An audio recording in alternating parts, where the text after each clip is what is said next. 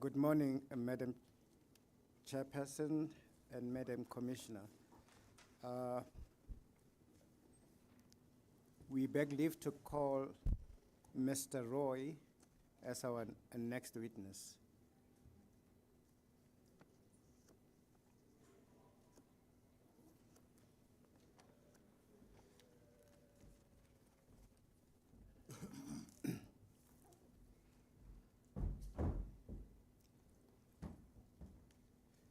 Mr. Roy, please give us your full names.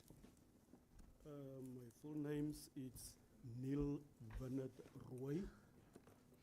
Spelled R-O-O-I, Yes. is that right? Mr. Roy, do you swear that the evidence you're about to give us will be the truth, nothing else but the truth? And if you do, please raise your right hand and say, "So help me God." So help me God. Thank you. And you're comfortable seated, Yes. I take it? All right. You would know that our hearings concern the events that happened 31 August 2023, the corner of Albert Street, it is called the Usindiso building. Is that right? That's correct. I want us to talk about what you know about that event, but before we do, please give us a background of what work you do. My work is I am currently the manager for information management and communication. And at the time of the incident, I was the acting deputy director of disaster management, reporting to the director within public safety.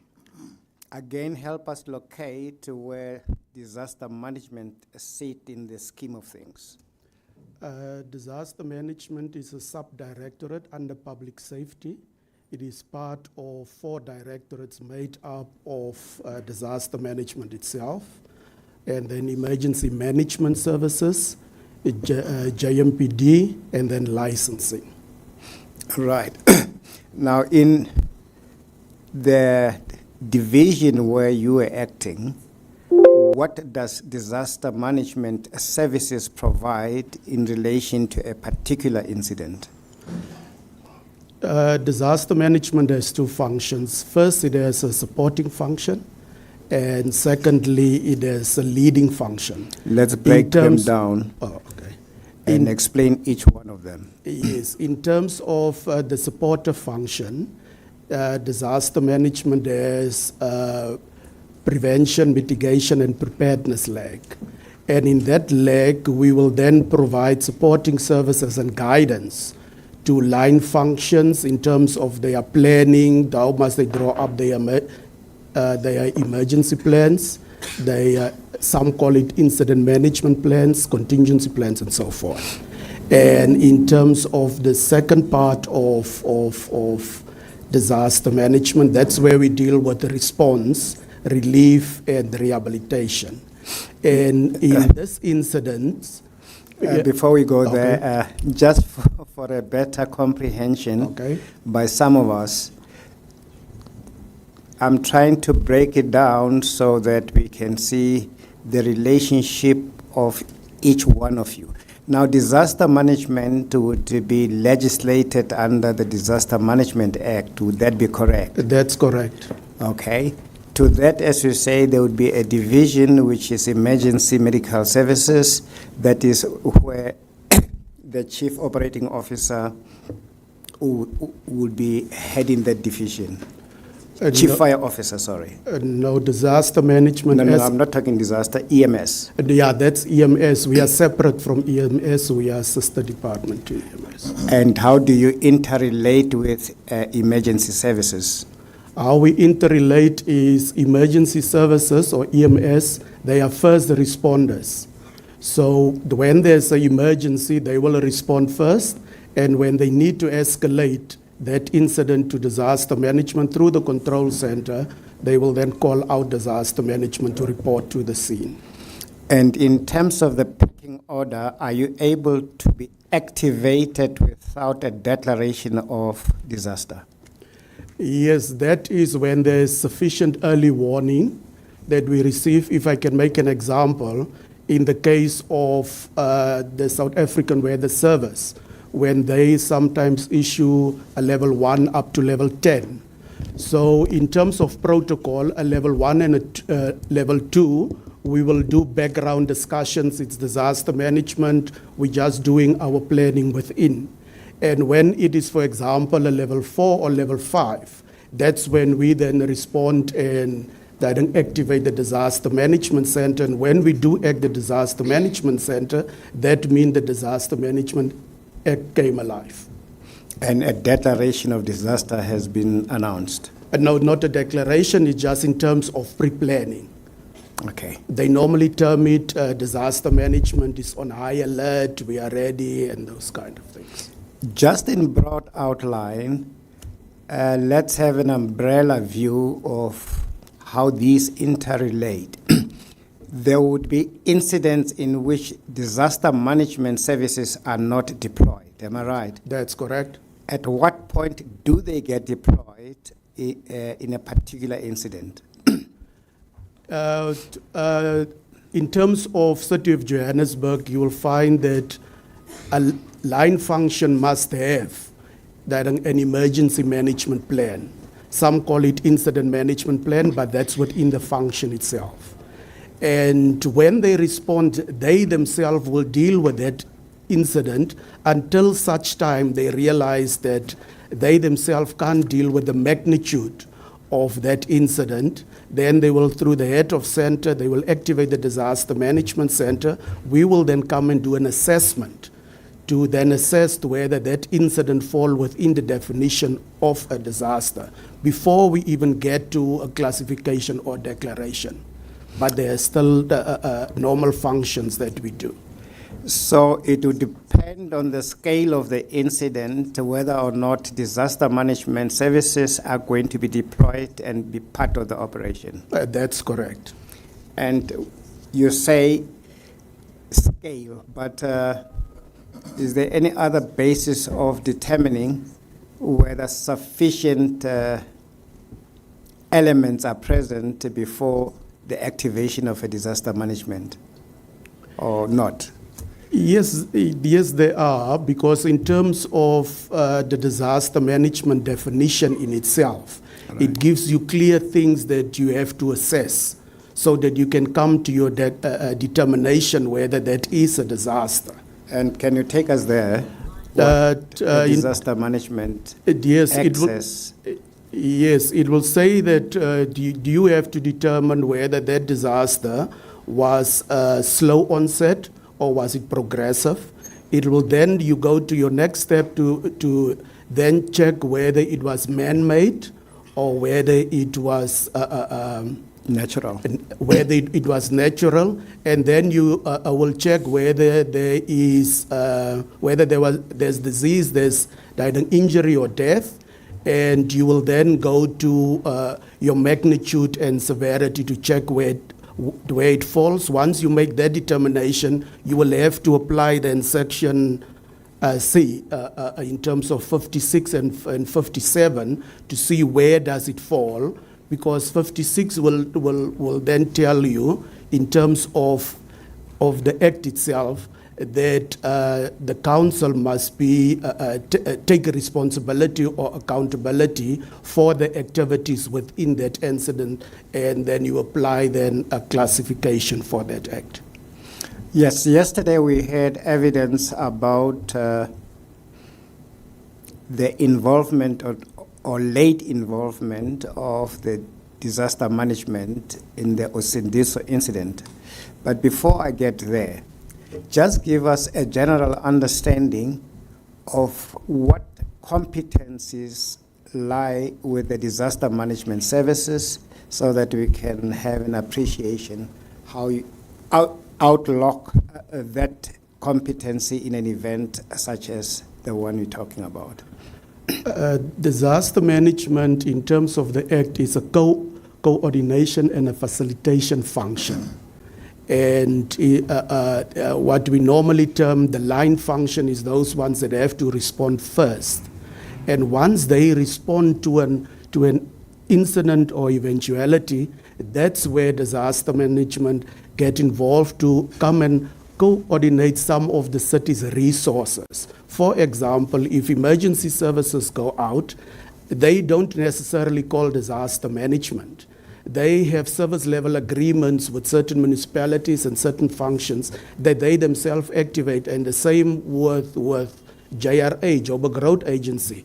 When they have an incident, they have panels, what we call panels, where they have service providers and they call them out. So they, within the incident fear, they deal with it themselves before they call disaster management as a last resort. Yeah, maybe let me seek a greater clarity. Yes. If I walk into a disaster management services field, I would expect to see people with what abilities? Our abilities is people that, in terms of City of Joburg structure, it is the skill sets. If you is that what you ask? Yes. The skill sets within disaster management is disaster risk assessment capabilities. There are people that Okay, let's break it again. Yes. Yeah. Explain each one of them in turn so that I have a better understanding. Yes, disaster risk assessment is when a person is capable to go to an incident scene or to go to a ward and then do a risk assessment. The risk assessment is normally the normal process that you apply of hazard analysis, and once you have the hazard analysis, you then determine what is the exposure. Yeah.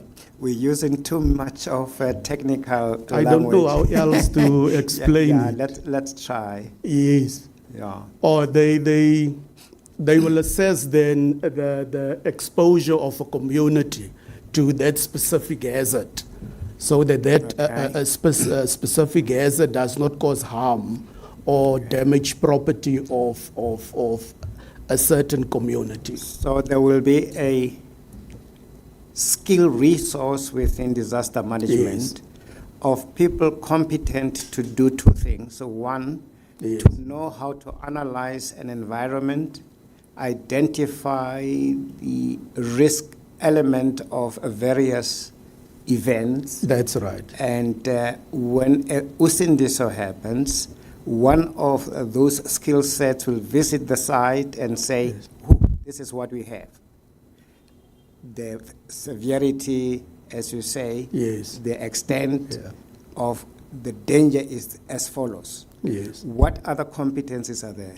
What other skill sets are there? There's also skill sets in terms of risk reduction.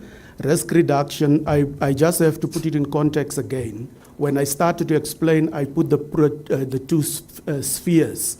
The first one, as I was saying, the proactive sphere. And that's where these things fall that I'm raising now in terms of risk reduction. Risk reduction is, as the word says, it's to reduce the various risks that were now already identified by the person or persons that have done the risk assessment. So then toward that, they work in partnership with the organizations or companies that's responsible for that risk.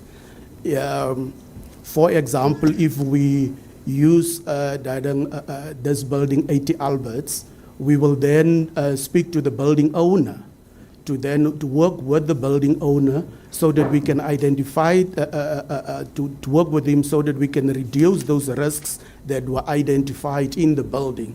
But in terms of that specific building, when you go there to do mitigation and speak with the owner, there was just no owner. No one wanted to take responsibility for ownership of the building.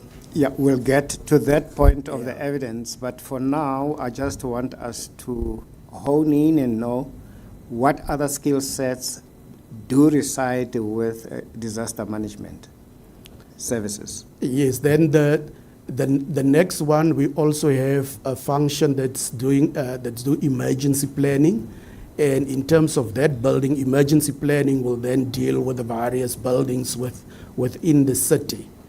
And they then do exactly the same. They do risk assessment, they will do risk reduction, and they will do the emergency planning for that specific building because they deal just with commercial buildings. All right. Now, your statement would tell us that there are two components to what disaster management services do. Yes. They are, as you call them, proactive Yes. capacity and reactive capacity. In the event of 80 Albert, we will talk about the reactive elements Yes. of the competencies of disaster management. Right? Proactive is what we are talking about, questions of risk mitigation, etc. Yes. Let's finish one aspect at a time. What would be the proactive capabilities of a disaster management services? I will not, if I can explain it broadly. Right. It is what we do when we do proactive services. It is precisely the planning phase for that, for a specific eventuality. So when we do in our planning phase, we call then the various line functions, we call them together. For example, if we plan for flooding, we will call the key stakeholders, which, for example, Joburg Road Agency, we will call Joburg Water, and so forth. And they will then come and they will do a presentation or give us the proactive measures that they put in place in terms of mitigation of some of the flood hazards that we have identified. Okay. And then we consolidate that plan, and then that plan becomes then our disaster response plan to flooding in this example. Okay. So that's what we do. We do pre-planning. So we can accept that, as the evidence yesterday suggested, attending to a disaster is not a haphazard exercise. Yes. As a disaster management services, you would know, for instance, with risks such as flooding, these are the, as you say, the various stakeholders that you engage. You would have in your space plans on how you manage a disaster of a flood-like type. Yes. Would you have had plans sitting in relation to a fire hazard as a disaster management services? Yes, we do have contingency plans that we draw up annually for fires. Okay. And let us now go to 80 Albert, as you call it, and see what role disaster management services has played in relation to that incident in particular. Are we dealing now prior or both? We'll do both, yes. Is it okay? In terms of before the incident itself, we have done our risk assessment within the inner city. It was established that a lot of buildings, as we know, is without owners. And the city then came up to form a problem property task team. And all buildings that do not have owners, it's then allocated to that task team, where disaster management also sits. Let's wait there a little. Yes. By a building that has no owner, you would be referring to what? Building with no owner is when we go there to do our inspection and to do our emergency planning. Because you have to engage with someone to say it's like, and you have to put certain things in place so that we can do, for example, that an evacuation exercise. But if you don't have someone that you would to work with, that we say to get the building on code, then it is not that it's a code, it's just a terminology that we use, or the building on standard, that you have to work with someone.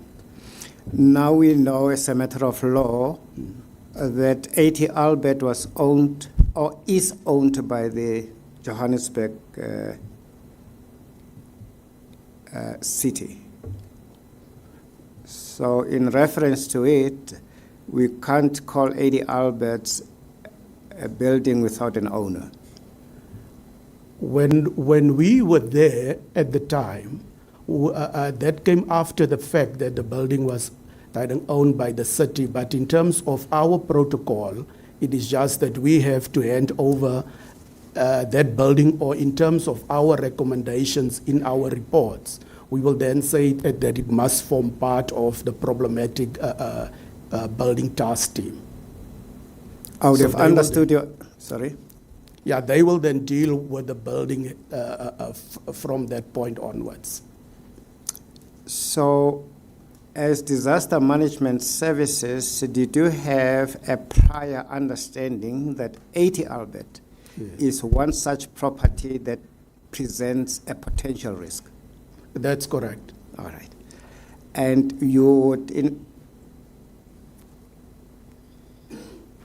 preparing yourself for the work that a risk might arise, identify under whose jurisdiction that building belongs to?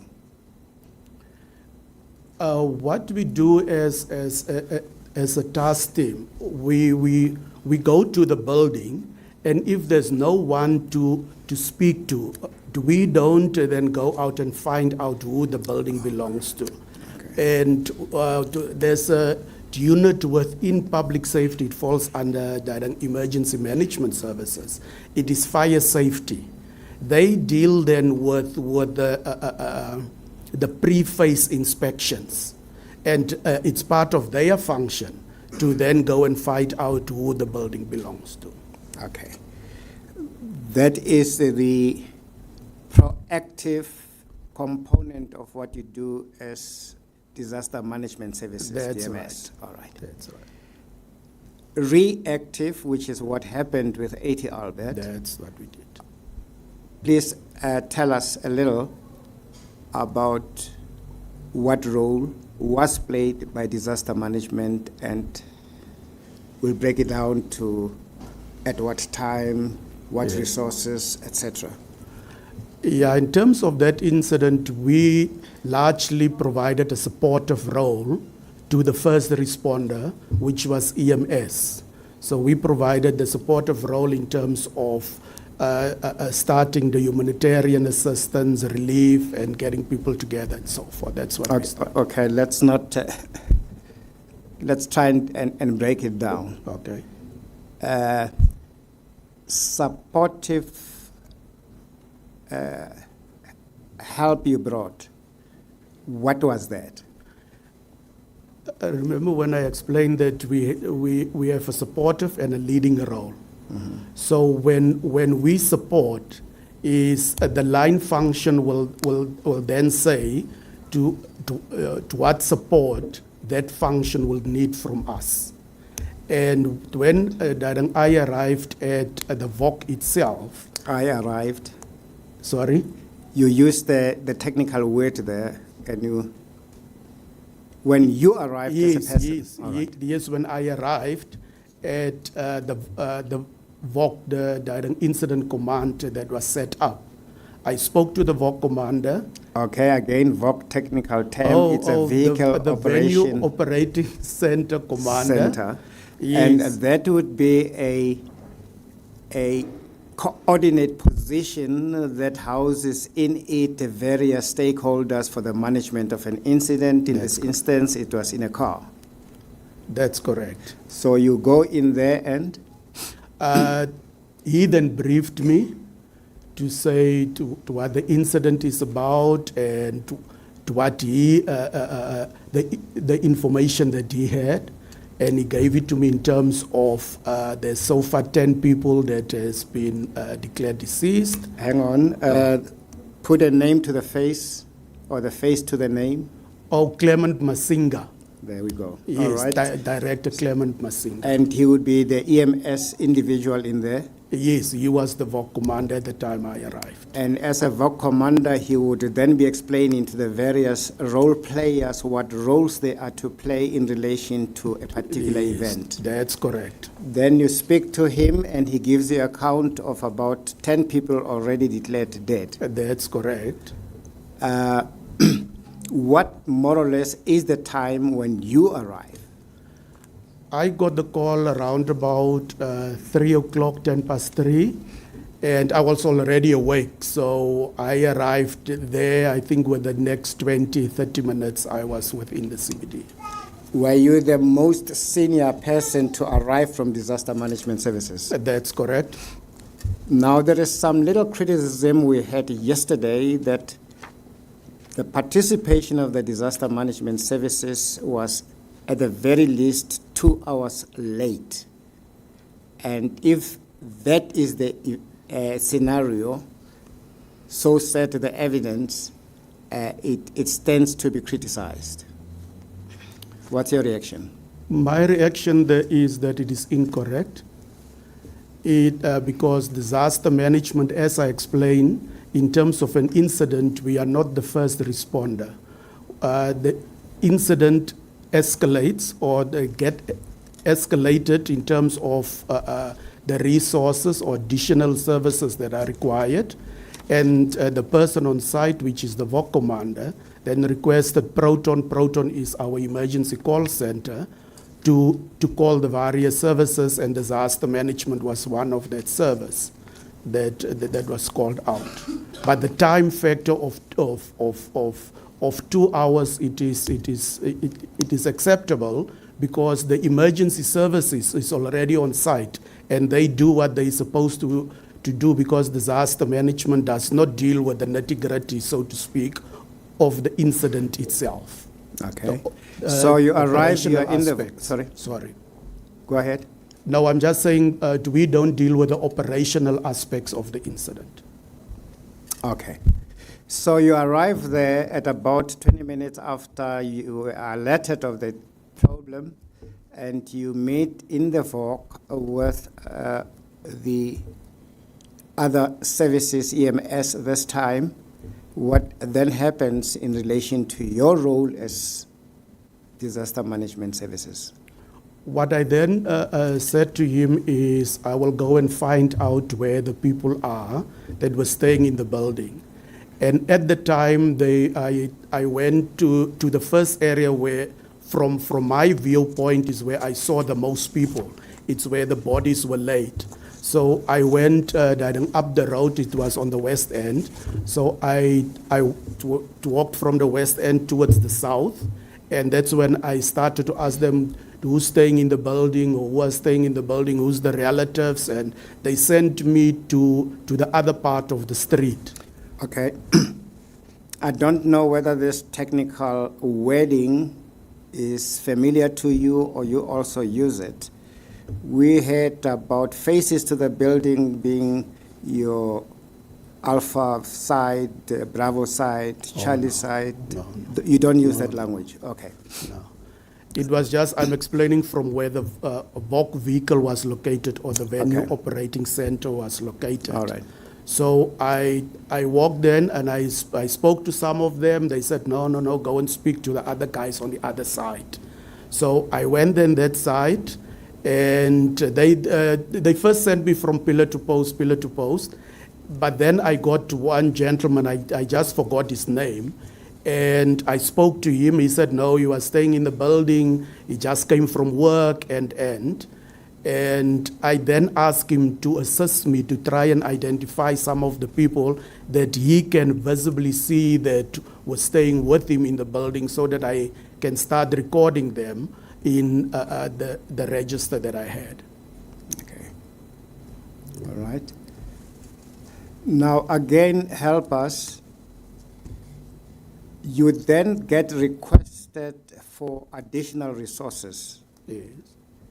Which are what resources that were to be additional? From that point, the VOC commander was still in command of the incident itself. Mm-hmm. So he will then deal with all coordination from his end.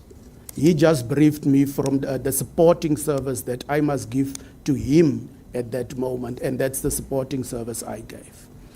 So we do know that the picture presents a whole body of affected people. and it relates to a building fire, i.e. their places of accommodation is no more. Yes. What's the role of disaster management services in that area?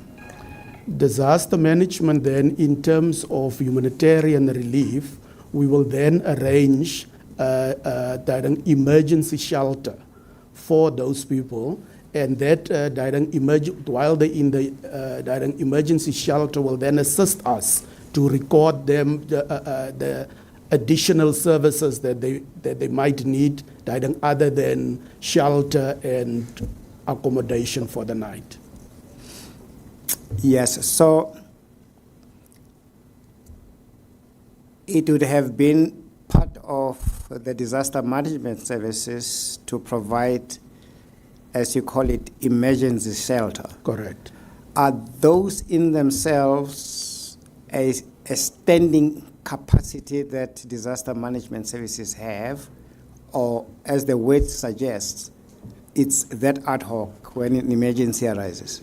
Yes, it is an emergency shelter. We don't keep stock or buildings. Okay. It is just we will use a community hall, we will use a school hall during school holidays. Sometimes churches will provide their church halls and so forth. It's not stock that disaster management holds.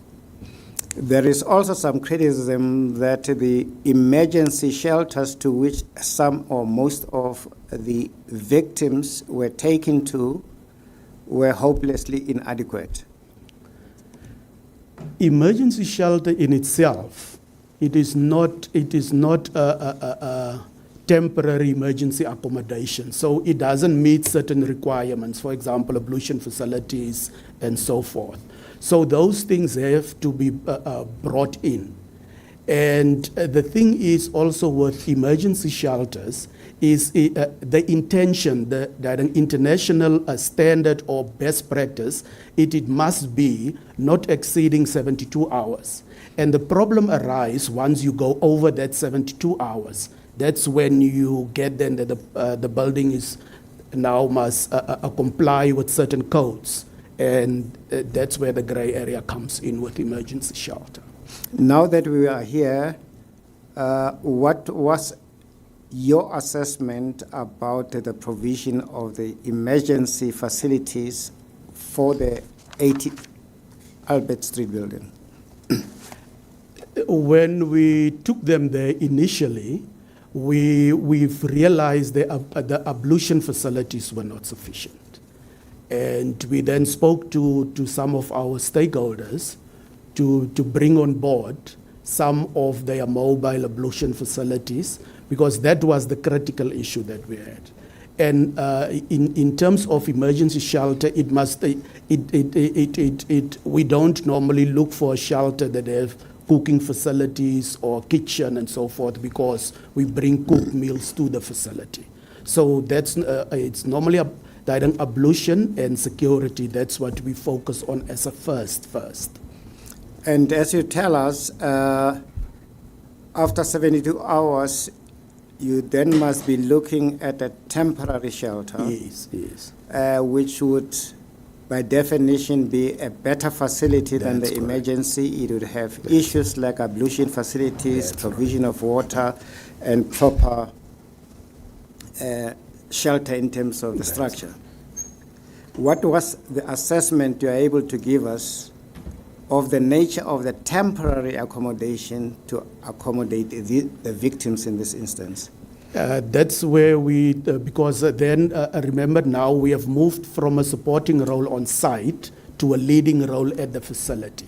Okay. So at the facility, we were leading the facility, and we then called on board the City of Johannesburg, the Human Settlement Department, because Human Settlement and Social Development, they are the ones that deals with the temporary emergency accommodation. And we then spoke to them, and that's when we started to decant, so to speak, some of the people then to these different facilities, which is the one that is, I think it's somewhere in Rosettenville, and the two in Hillbrow. Now, help us understand as with 80 Albert Street, whose responsibility would it have been to identify, preserve the victims of those who perished? The victims, meaning The bodies deceased. or cadavers and the deceased. yeah, no, that is for forensic and the police, the South African Police Services. They deal with the bodies in conjunction with emergency management services. Disaster management don't get involved in that. So now we know that the emergency medical services, Yes. which are the first responders, Yes, do no more than fight the fight or fight the problem. yes, Then we know where you as disaster management services come in as a supporting role. yes, Then you would have your forensic pathology services, which are the police that come and deal with the criminal component of an incident such as that one we had at 80 Albert. Is that how the various sets complement one another? no, I would not say with a criminal element. I was speaking about the bodies itself, because the police, the mortuary services, they have a pathology department that deals with bodies and how they put them there. There were guys with blue jackets, and they were dealing with covering the bodies and putting the bodies out and those things. So they will be able to Okay, deal, let's but go back then to where we were. You are now facilitating the temporary accommodation of the survivors. Yes, with human settlement and social development. And human settlement would then deal with the consequences of and the quality of their stay at these temporary shelters. Yes, the temporary emergency accommodations. Okay. Yes. Now, I know you collated information regarding who are the individuals that are a victim of this incident. Yes. Please help us go through that. How do you compile that information? In the first phase, before my colleagues arrived to assist me, then I had two gentlemen, the one that I alluded to earlier on. He assisted me, and there was another lady that also took some names. He assisted me with the spelling and so forth, so that's how I took the names. And there was also a time, because people were standing and they got impatient, that I gave some of them forms. So they then fill in their names themselves, so that we can just speed up the process in a way, but we were standing in groups. Right, and you compiled the names, and those names are attached to an annexure to your statement that Yes. specifies the identity of the individual, their gender, and Yes. information of that type. That's correct. If you look at a document in front of you, you will find what is attached to your statement, doing exactly as we say, identifying the individuals, their personal details, their gender, etc. Do you recognize that document? Yes, I have two Which one is it? Is it my statement or the Section 79 report? Or- November Romeo 2. Yes. Okay. That's the one that is headed City of Johannesburg Public Oh, Safety Disaster Management. Yeah, Do you that's see the the- document? That's correct. It is described as an incident humanitarian relief profiling tool. That's the document you have. Yes, yes. You recognize it. It is part of the documents that come from your division. That's correct. Now, if there is no objection, Chairperson, may this document be admitted into evidence with exhibit number NR, which are the initials of the witness, NR number 1. The last name is Roy. Yes. So So the The first, document is accepted as an exhibit.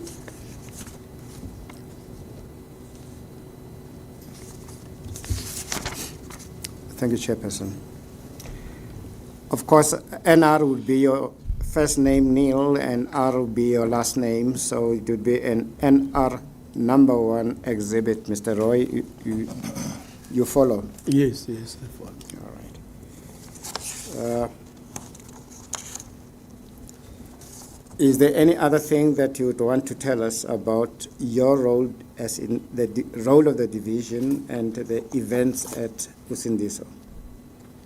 No, not something that I can think of now. Okay. Chair, that is the evidence we have of Mr. Roy. Again, I suspect as a consequence, it is not unlikely that one or other set of legal teams may want to put questions to Mr. Roy. Those who can, the witnesses here, those who want to defer it will indicate. Mr. Tobakale, do you have any questions to put to the witness? Chair, would like to reserve the chance to cross-examine him on some of the issues. Okay. You will make your decision later? Later, yes, Chair. Okay, fine. Noted. Mr. Tobani?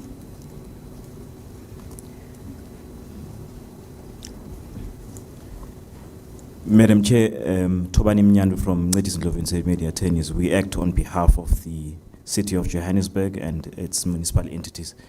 There is no intention to cross-examine the witness. To the extent that there may be issues clarified in a supplementary statement, we'll make the evidence leaders aware in time.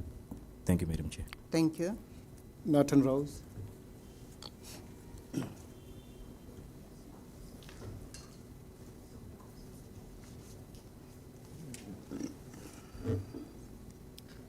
Madam Chair, we would also like to reserve the right to cross-examine. Your name first.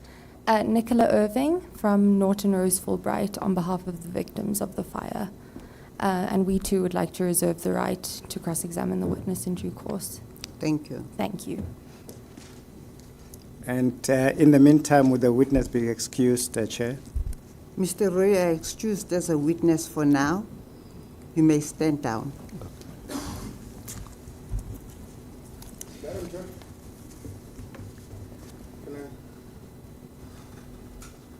my name is Mohamed Basli. Would you, sorry. Would you step to the mic?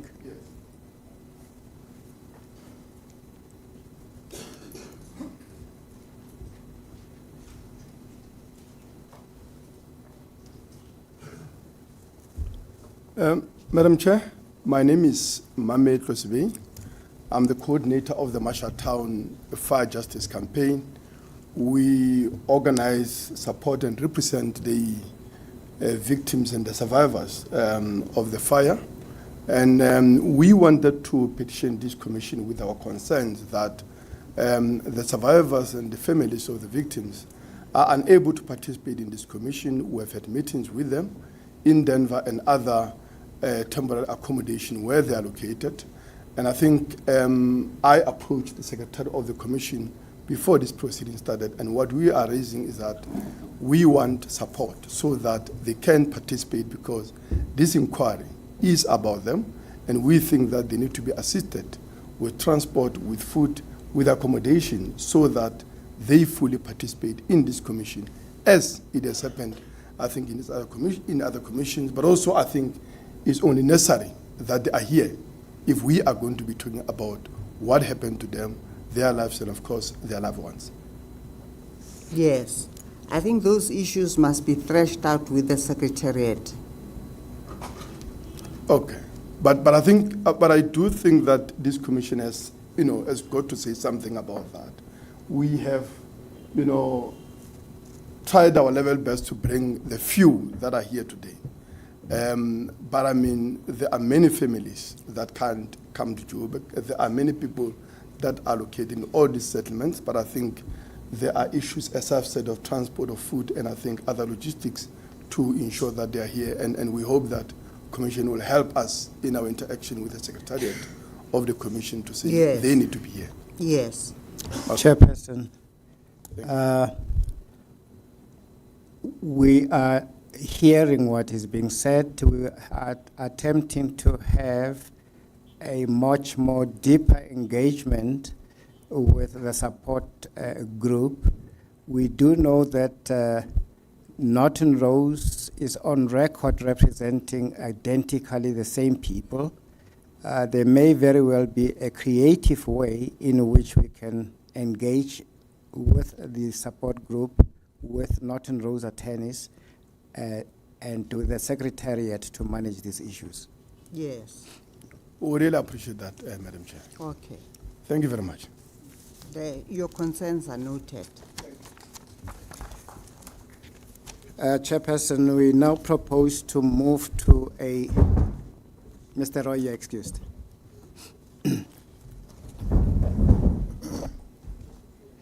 We now propose to move to a different segment of the proceedings.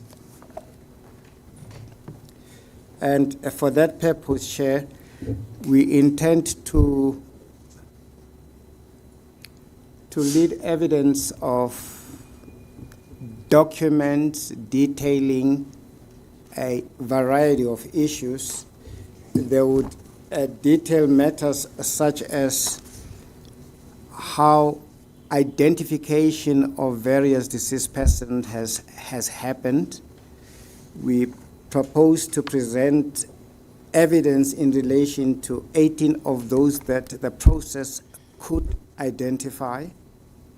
There are 11 of those that could not be identified for a whole variety of reasons, and we'll get to explain that when we get to that part of the evidence.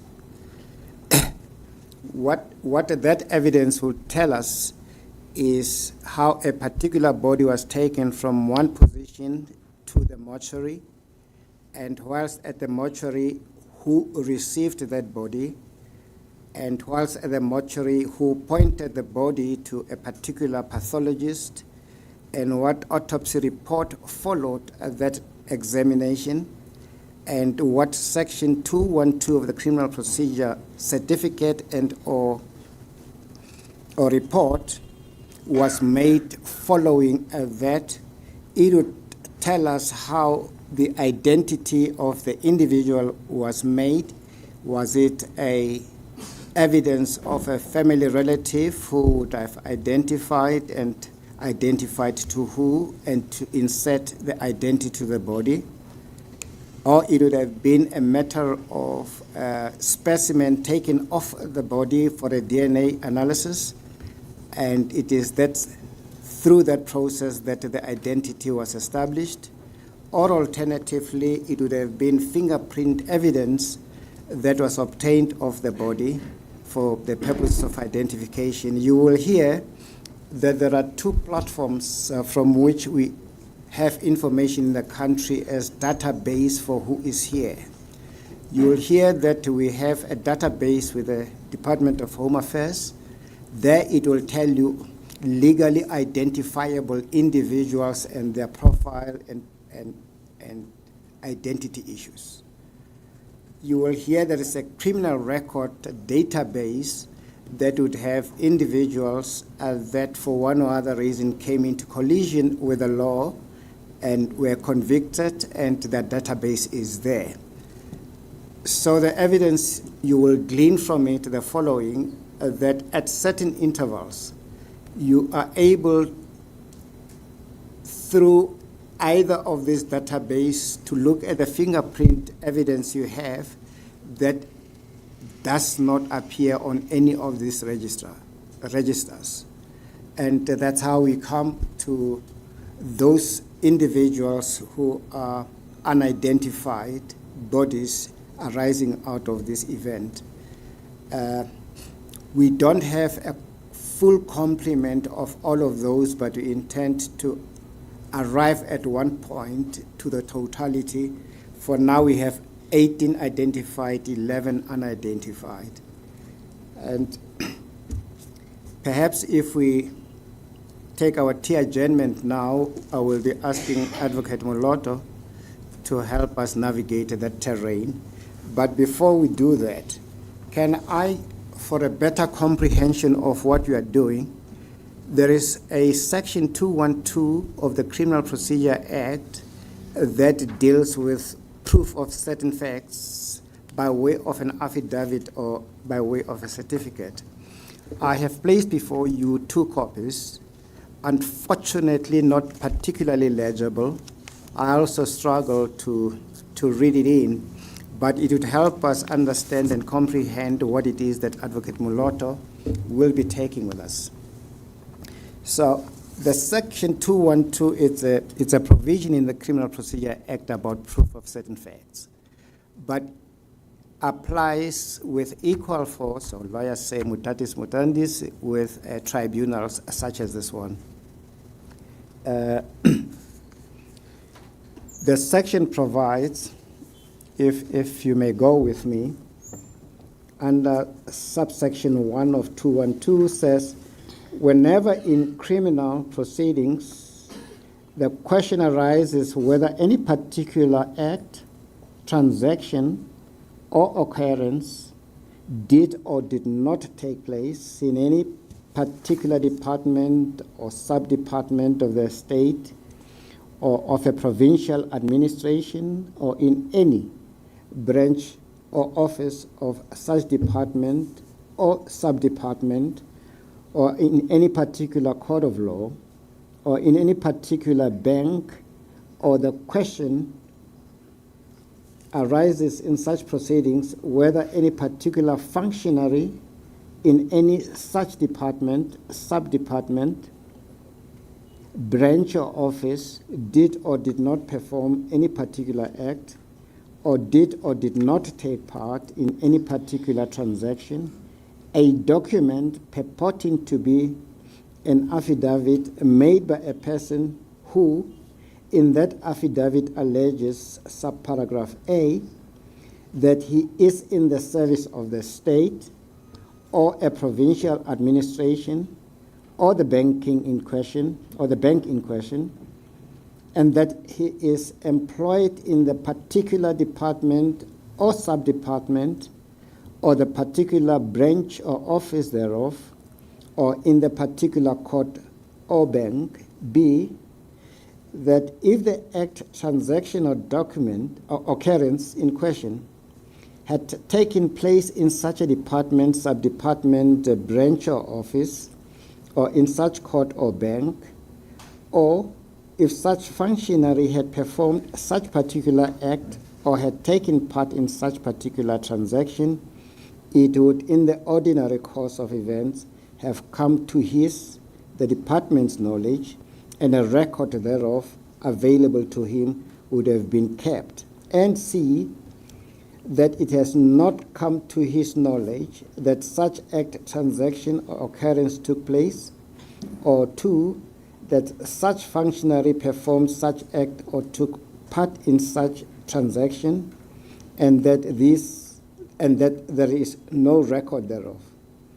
All of that shall, upon its mere production at such proceedings, be prima facie proof that the act, transaction, or occurrence in question did not take place, or, as the case may be, that the functionary concerned did not perform the act in question, or did not take part in the transaction in question.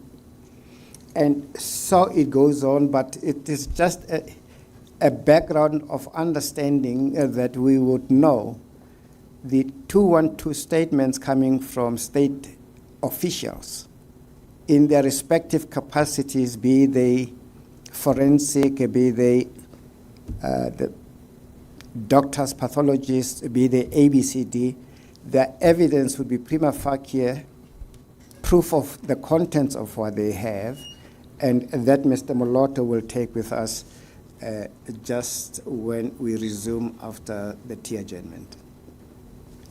Thank you, Advocate Siminya. We'll take a short adjournment of 15 minutes, and then we'll resume with the 212 statements. Thank you, Chair.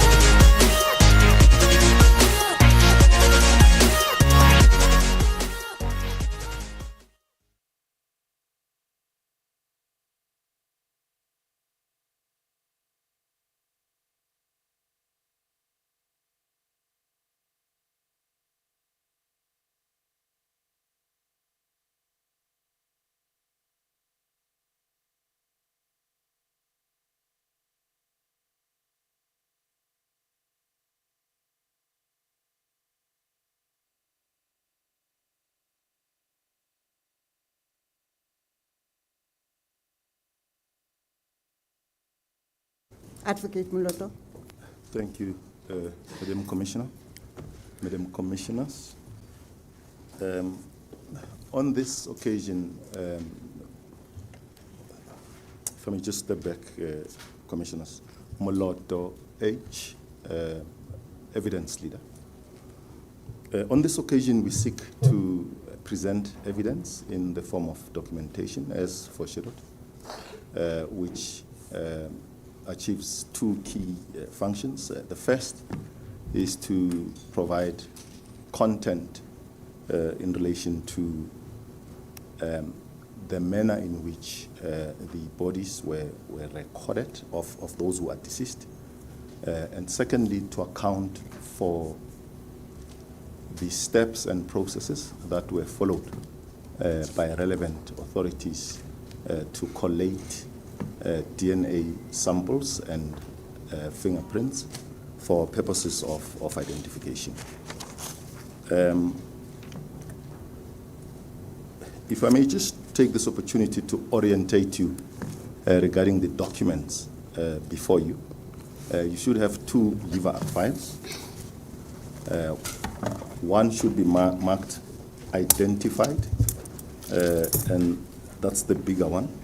And the file with the smaller chunk should be marked unidentified. As explained earlier, we took that approach to presentation, which is largely informed by the outcome of the efforts that were undertaken to identify victims. You will find that the list of documentation is longer for those who are identified and shorter for those who are not identified. With the identified file, which is the larger file, on top is a document paginated at the bottom right, pages 1 to 8. That is a Section 212 affidavit prepared by a warrant officer, Senye, of the Victim Identification Center of the Forensic Science Laboratory in Pretoria. What it does is to account for the steps that SAPS took to facilitate the collation of samples, deliver them to the relevant labs so that they could be analyzed and reports be produced. It is comprehensive in that it accounts for every deceased member whose sample was taken. I will occasionally refer back to it to tie it to the other bunch of documentation that I will be presenting. Below that document are dividers. They should have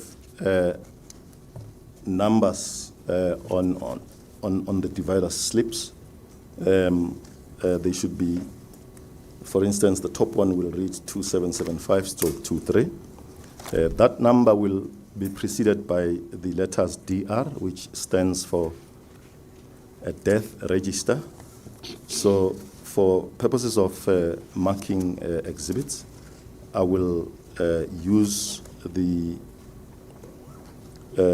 letters DR to be followed by the number that represents a particular deceased.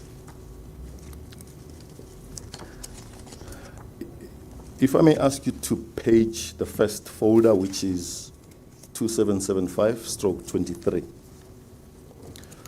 On pages 1 and 2 is what we term a narration. It is a short summary of every document that follows thereafter. That is for the convenience of the commissioners. For purposes of this presentation, I will delve directly into the annexures to present the evidence that is necessary for our purposes. If I may ask the commissioners to turn to page 4, top center.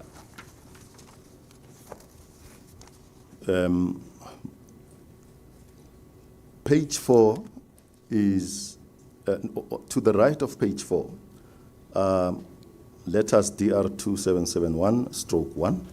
I will use that numbering for the various portfolios that we present.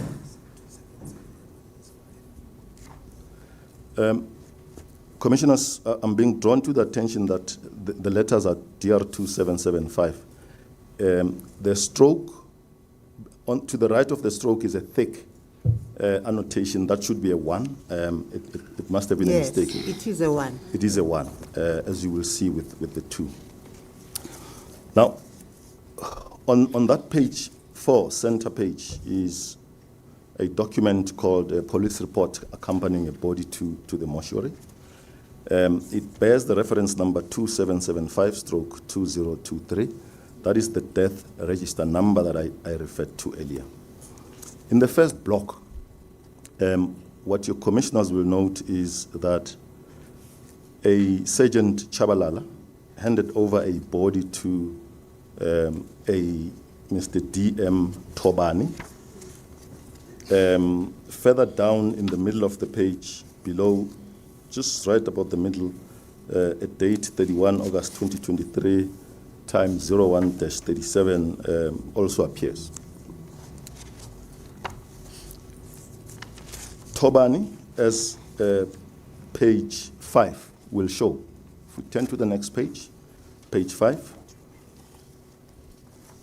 Daniel Tobani then deposes to a section 212 affidavit in which he confirms receipt on the 31st of August of a body of a deceased from Chabalala that we referred to in the preceding page. He thus confirms from the Office of the Forensic Pathology receipt of body number DR2775. If we turn to the next page, 6 center, your commissioners will note another section 2127 affidavit that is completed and signed by one A.T. Mashao, who is a forensic officer in the Department of Health. In it, he confirms that he pointed out and identified body number 2775/23 to a Dr. Muhuluhulu, who is the government pathologist. The affidavit is dated 18 October 2023. He further confirms that during that time, the body did not sustain any injuries or wounds. If we turn to the next page, 7 center is a medical legal autopsy report that was compiled by Dr. Mahuluhulu on the 1st of September 2023. The doctor notes what her findings are below the title in the middle of the page in bold. She notes extensive generalized 4-degree burns, charring, evidence of smoke and soot inhalation. Carbon monoxide appears to be the cause of death in that instance.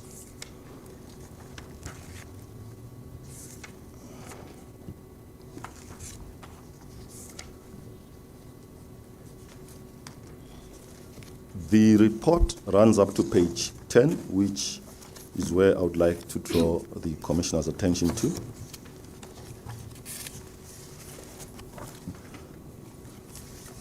On page 10, the doctor notes specimens that were retained as samples.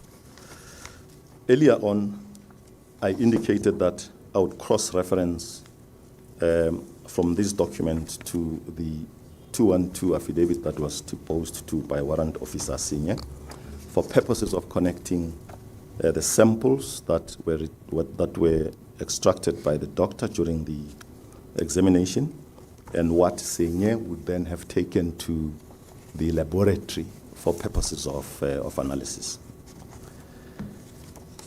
If I may draw the Commissioner's attention to that very first document, which, if I may request, that we mark it as Exhibit VIC1. Exhibit B, V for V. Victor, yeah, IC1.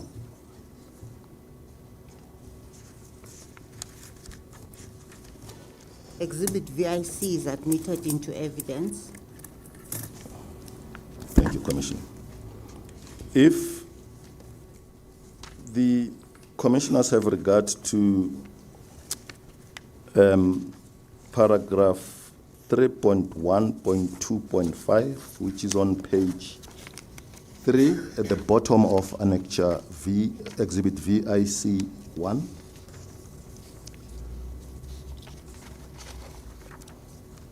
VIC1, bottom page 2, paragraph 3.1.2.5. The commissioners will note that the entry there is to the effect that DR 2775/23 sealed in envelope bag number, there's a PA number ending with the last four numbers 8473. That reference compares to what is in the autopsy report on page 10, center page 10. At the bottom of that table, the last row, your commissioners will note that the same reference that appears in VIC1, ending 8473, appears, effectively indicating that the sample was retained by the doctor, and when that is read with the senior's affidavit, senior collected the sample and delivered it as borne out by what is in paragraph 4 of his affidavit to the lab for analysis.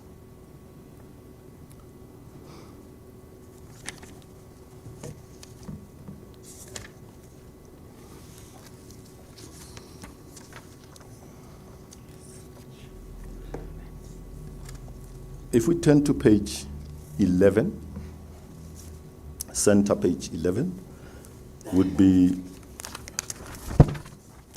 a document marked Exhibit DR 2775-5. That represents another section 212 affidavit completed by the doctor who conducted and compiled the autopsy report.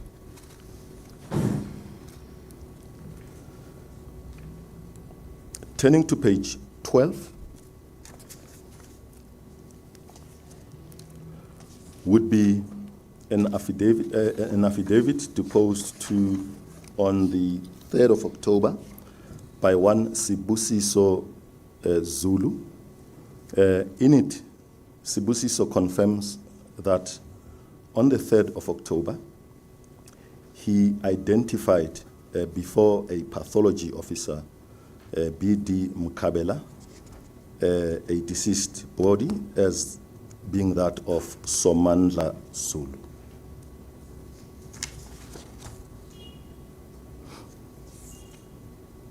In addition to that, the officer before whom the confirmation is made deposes to a 212 affidavit on page 13,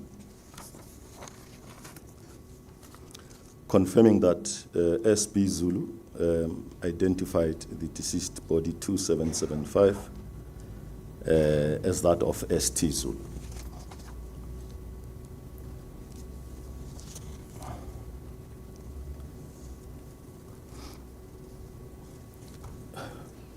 That being the case, Commissioners, if we may request that the documents in the folder under 2775 be admitted as exhibits DR 2775 to DR 2775-7. 1 to 7, so to say. So admitted. Thanks, Commissioner. The next folder, the divider, deals with DR number 2811-23.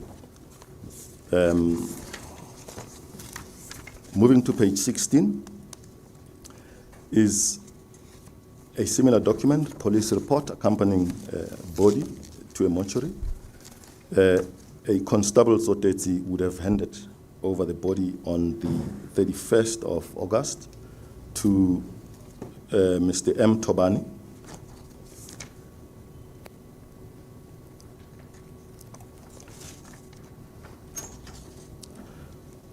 Moving to page 17 would be another 212 affidavit deposed to by Tobani confirming receipt of the body from Constable Zoteti with a brief description of the condition in which it was found.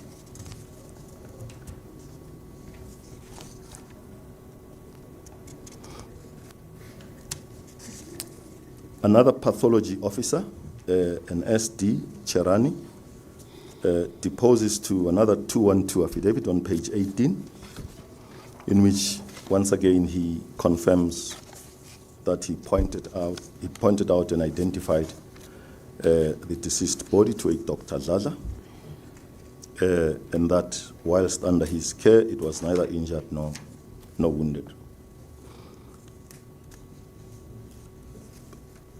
Page 19 would be the autopsy report that is compiled by Dr. Zaza. At the bottom of that page, just under letter B, is the cause of death. It is consistent, it notes, with smoke inhalation in a person with early decomposition.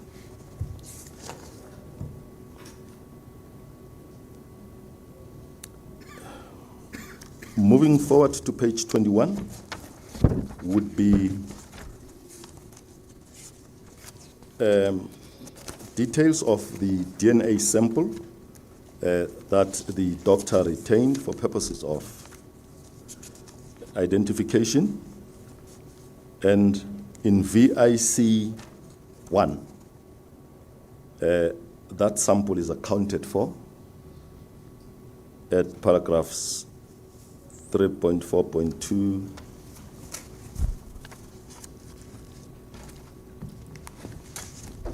that will be on bottom page number 4. The next one is 3.8.3.2. That will be on page bottom number 6. Read with 4, which confirms that those samples would have been delivered to the SAPS lab for purposes of analysis.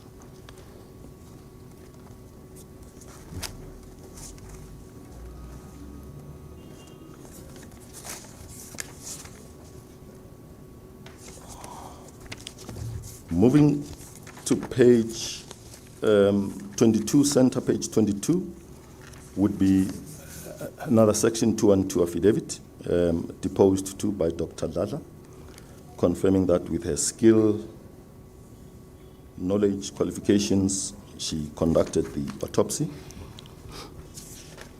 Pages 23, center pages 23 and 24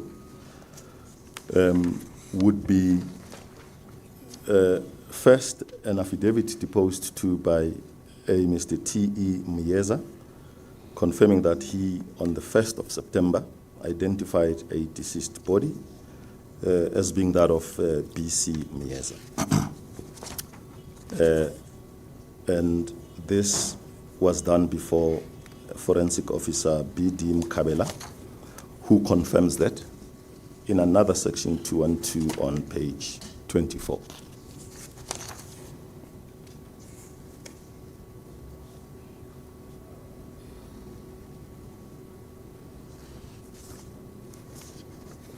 It would appear 24 and 25 is a duplication.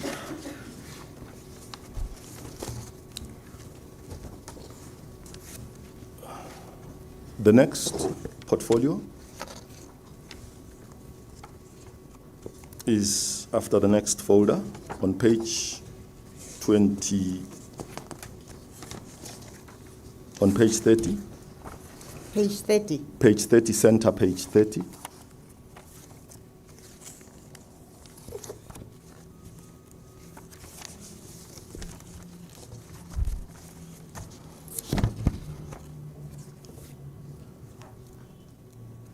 Similarly, as with the previous ones, a Sergeant Khomu confirms receipt of a deceased body, which he hands over to Mr. Daniel Tobani on the same date, around 1:30.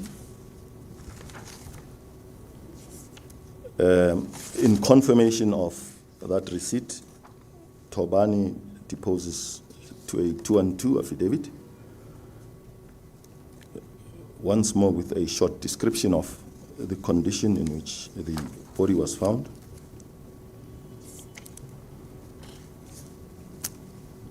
On page 32,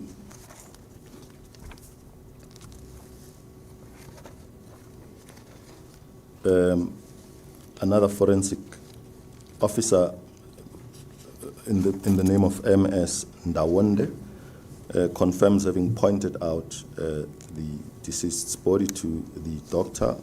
Page 32, Advocate Muloto. Page 32. Center, page 32.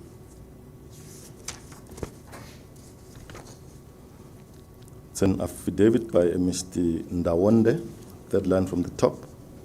Forensic officer confirms pointing out DR 2762 to the doctor who is tasked with conducting the autopsy, and confirms that the body was unaffected from time of receipt. On page 33, center page, is the autopsy report. Not on my bundle. Page 30? Page 33 is written chest and abdomen. Chest and abdomen. Yes. I've got chest and diaphragm. It's the same here. Is that the case with yours, Ms. Mabena? Yes, yes. There must be some missing page there. May I ask that we stand this one down? We will attend Yes. to your bundles and deal with Yeah. it Move subsequently. to the next portfolio. Thanks, Commissioner. The next one is labeled 278723. It commences on page 42. Chabalala hands over to Tobani a deceased body on the same day, shortly after 1:30. Tobani confirms that in a 212, which is on page 44. Once more with a brief description of how he found it. A forensic officer, ATDD, points out the body on page 45 to a Dr. Murare, who is tasked with conducting the autopsy. The report is on page 46, center page 46, and the cause of death is listed as carbon No, monoxide. I think, Advocate Muloto, there seems to be an inconsistency in regard to the pages you are referring to the ones that we have. Maybe we should adjourn these proceedings so that we can look into it. Thank you, Commissioner. We'll do that. We'll do that. We'll adjourn for a short while. Chair, just make a quick announcement. Would like to thank the Chair for intercedence on this matter. We have come to an agreement with the Secretariat from the support group side for support for those victims of the fire to attend transport support and food support to attend these proceedings. We'd like to thank you, Chair, in that regard. Thank you. It's noted. We'll adjourn for, how long do you think you will need, Advocate Moloto? Commissioners, Or you will tell us once you are it's a ready? function of the extent of Yes. the defect. You I will will tell us once you are communicate ready. accordingly. We'll adjourn for a short while.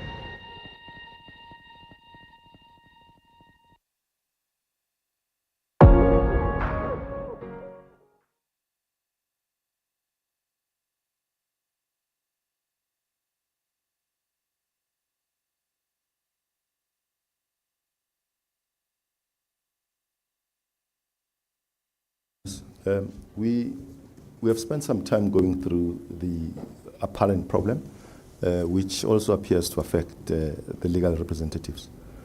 We have a plan to try and rectify, and we seek an adjournment until 2:30, so that we can regularize the papers. Okay. Okay.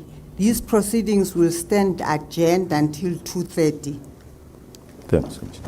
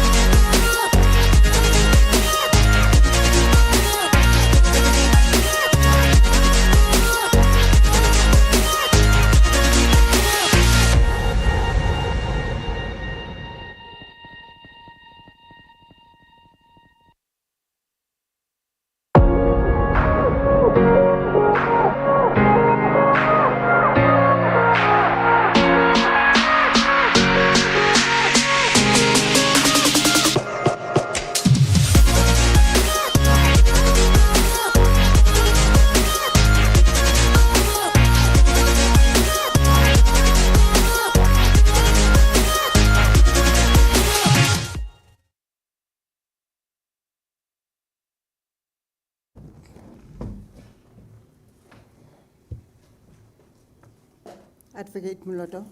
Thank you, Madam Chairperson and Madam Commissioner. When we adjourned, a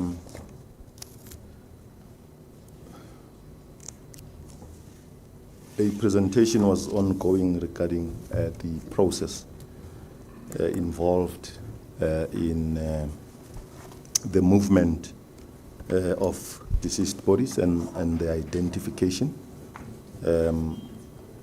The reasons that caused us to adjourn, we believe, have been addressed. And they address the earlier problem that we had in relation to one of the profiles. Yes. If I may resume with the profile that we were working on. Yes, give us the number. That is profile number 278723. It starts on page 42, center page 42.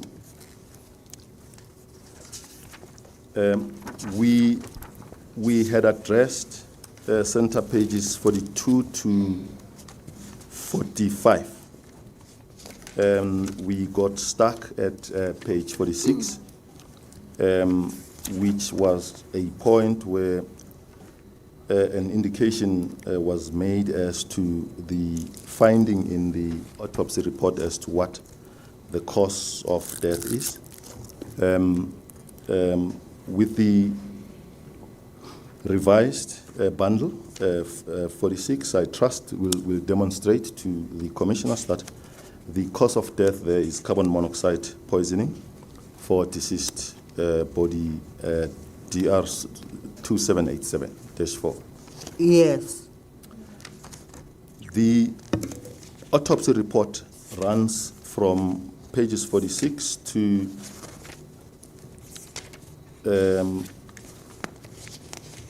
50.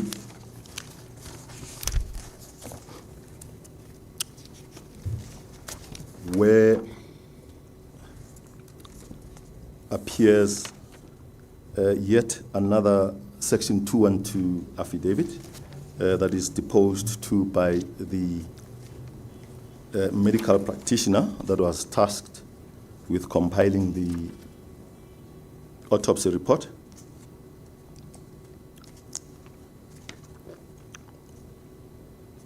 On the next page, 52, is an affidavit that is deposed to by a B. Mokwekwe, in which he seeks to confirm that he attended the morgue and before a forensic practitioner, A.Z.N. Mbube, identified the deceased as one T. Sibanda. The forensic practitioner confirms the identification before him in his Section 212 affidavit on page 53.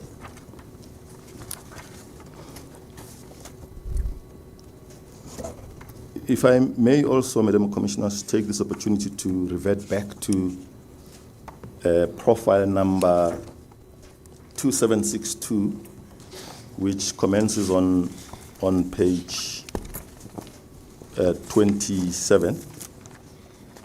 Sorry, page 30. Sorry, page 30.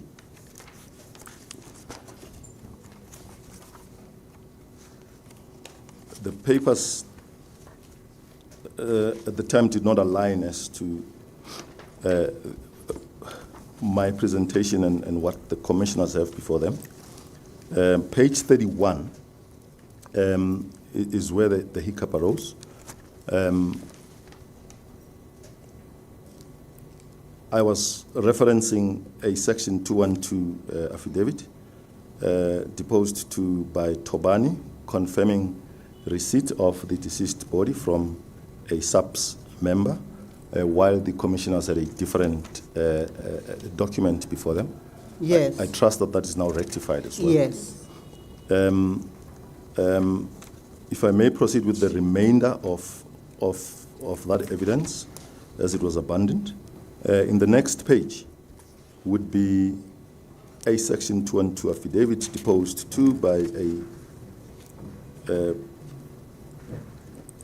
a forensic officer confirming that the deceased body was pointed out to the medical practitioner tasked with compiling an audit report on the 3rd of September. Page 33 would then be the autopsy report prepared by the said doctor. On that page, towards the bottom in bold font, is recorded the cause of death as consistent with smoke inhalation, awaiting carbon monoxide levels. Fast track to page 36, which is part of that autopsy report, would be a recordal of the details of the DNA sample that was retained for purposes of analysis with a reference number, different reference numbers. That reference number of the samples relates to the affidavit prepared by SAPS on the manner in which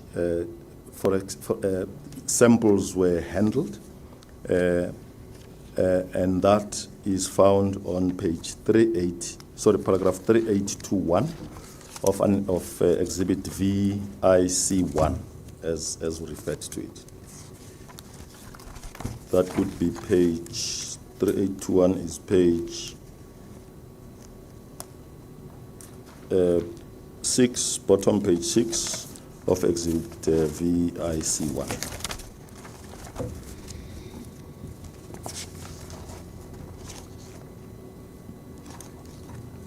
Pages 38 and 39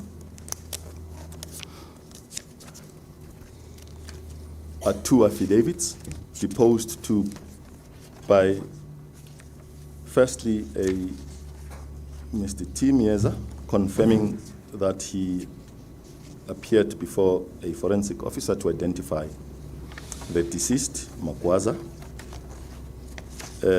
And 39 is the forensic officer confirming that identification of the deceased.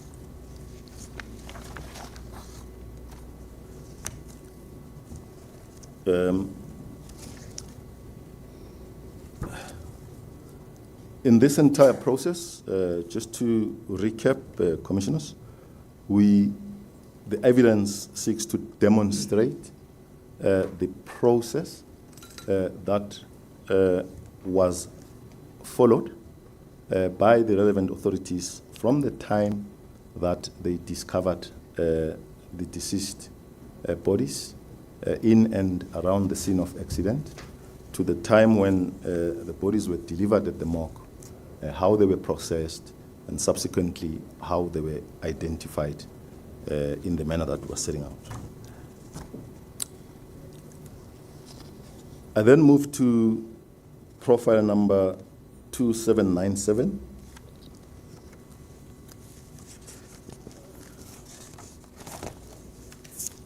And head straight to page 54. The commissioners will note that the first two pages after the divider are pages 28 and 29, and then the subsequent page is page 54. This is a result of the revision of the bundles that we've had to go through to ensure that they flow. At page 54, once more, in relation to TR number 2797, is a police report in which a Sergeant Khomu confirms that they handed over a deceased body to D. Tobani. Once more, this happens on the 31st of August, around 1:30.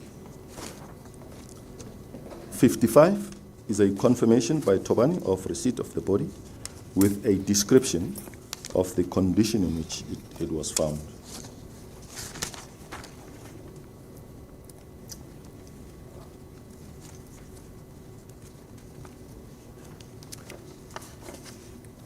Uh, 56 is a Section 212 affidavit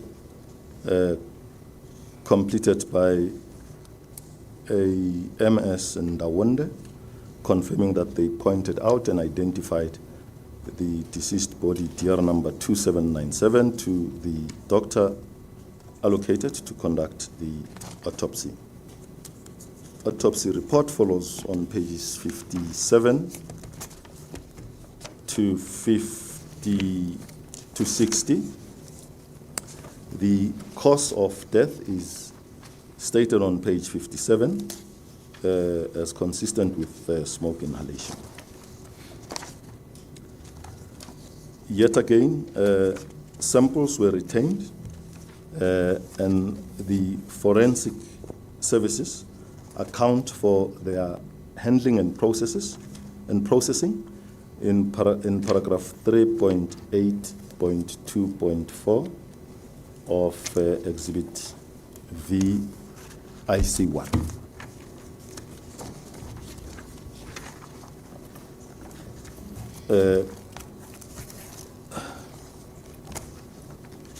Dr. Shongwe finishes a Section 212 affidavit confirming that he, using his skill and knowledge, completed the audit report. Pages 62 and 63 affidavits, first deposed to by a EM Ndlovu before a forensic officer, identifying a deceased body as that of D. Ndlovu, and the forensic officer before whom that was done confirms such on page 63.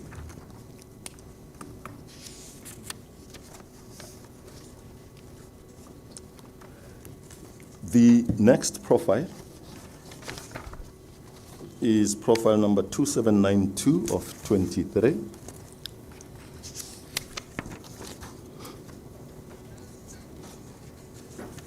And commences on page 66. In this instance, a Sergeant Chabalala hands over a body to a Mr. Tobani once more. The date is 31 August 2023, and Tobani, in a Section 212 affidavit on page 67, acknowledges a delivery and provides a brief description of the condition in which the body was received at the morgue.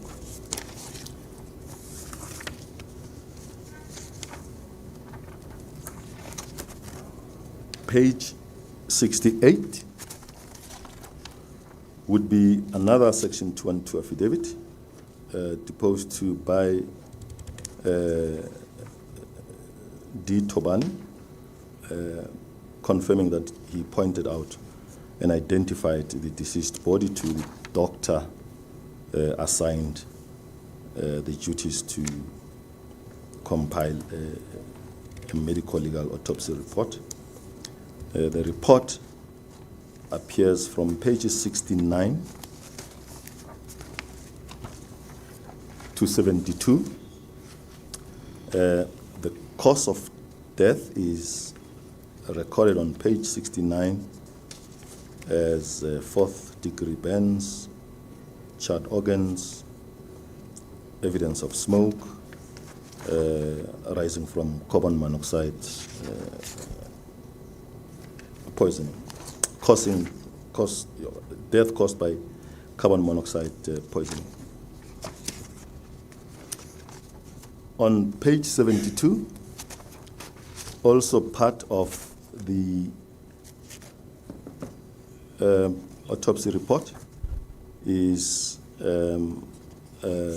proof of retention of some DNA sample for processing for identification purposes.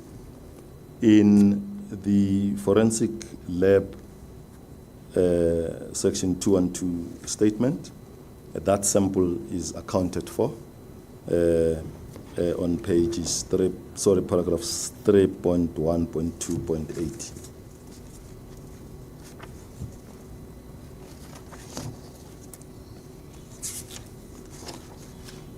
Page 73, the doctor tasked with compiling the audit report attests to a section 212 affidavit.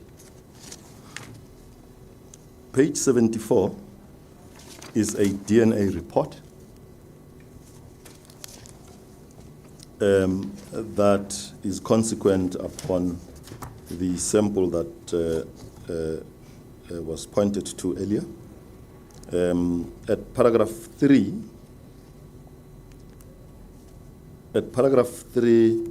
there is a result noted there of the outcome. It reads that the DNA results obtained are consistent with the donor of the reference sample, and then it gives those numbers, and those would purportedly be by the living donor. And then it goes on to say, being the biological mother of the donor of the bone sample, and then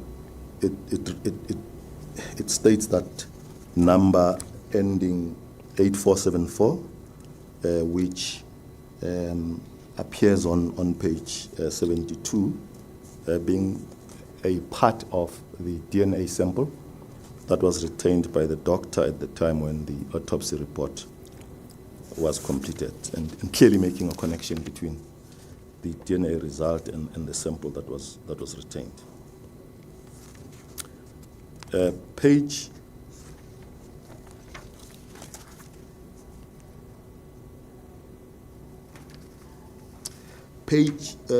your commissioners will note that at the bottom of page 74, clause 3.1, just by way of illustration, is a recording that the probability of maternity is 99.9%. That scale of measurement appears on page 75 as well, where there's a table that indicates the likelihood of a link being established on a percentage basis, ranging from 80% to 99%. 3.2 and 3.3 are part of 3 in the preceding page, just confirming the same data.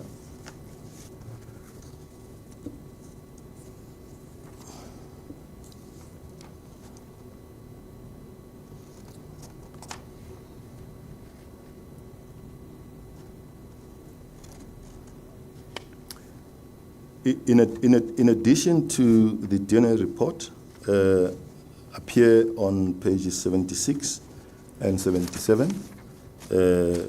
First, an affidavit deposed to by B.J. Milambo,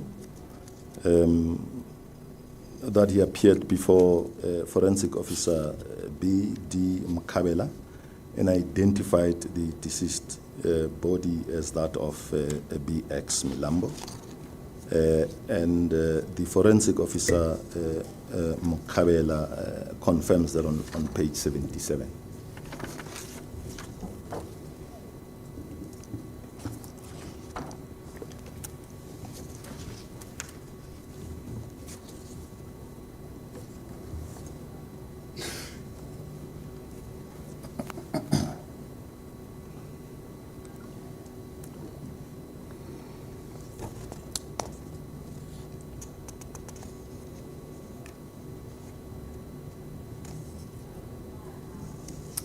If I may continue.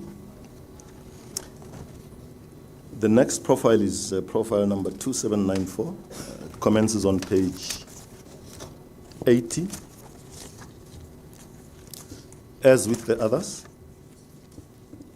there is an SAPS standard form confirming a delivery of a deceased body by a Sergeant Chabalala to D. Tobani. The date of death is recorded as 31 August. The time indicated is 1:31 a.m. Similarly, once more, Mr. Tobani confirms a receipt of the deceased body from Sergeant Chabalala with a brief description of the condition in which it was found. Forensic Officer A. Nevondo on page 82 confirms having pointed out and identified the body to a Dr. Mantanga for purposes of compiling a report.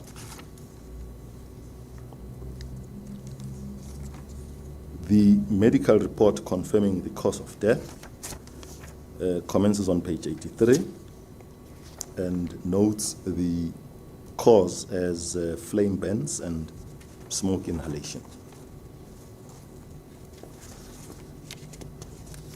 Once more, on page 87 appears a reference number in relation to a DNA sample that was retained for identification purposes. This particular sample has a result that appears on pages 89 to 90, specifically 90.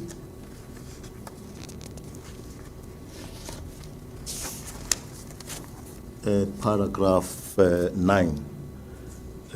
What your commissioners have before them would be a report that had a series of reports of DNA findings and all related to the incident.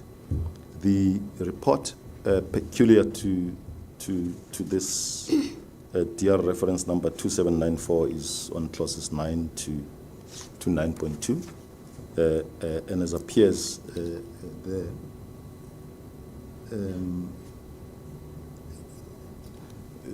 there appears to be a match between a living sibling and the deceased, a deceased sibling.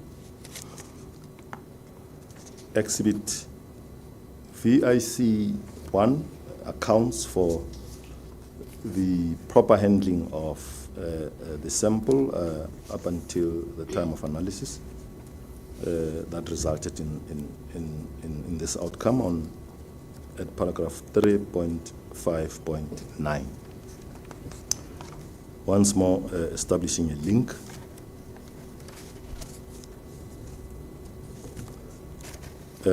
I skipped page 88, which is another section 212 statement completed by the doctor confirming that he or she completed the autopsy report. In addition to the DNA report, on pages 91 to 92 are the two affidavits that have featured in the other profiles, in which a person who is familiar with a deceased appears before a forensic officer.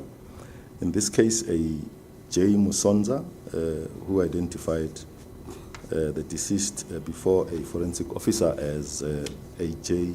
Musonza. The forensic officer confirms that on page 92 of the profile.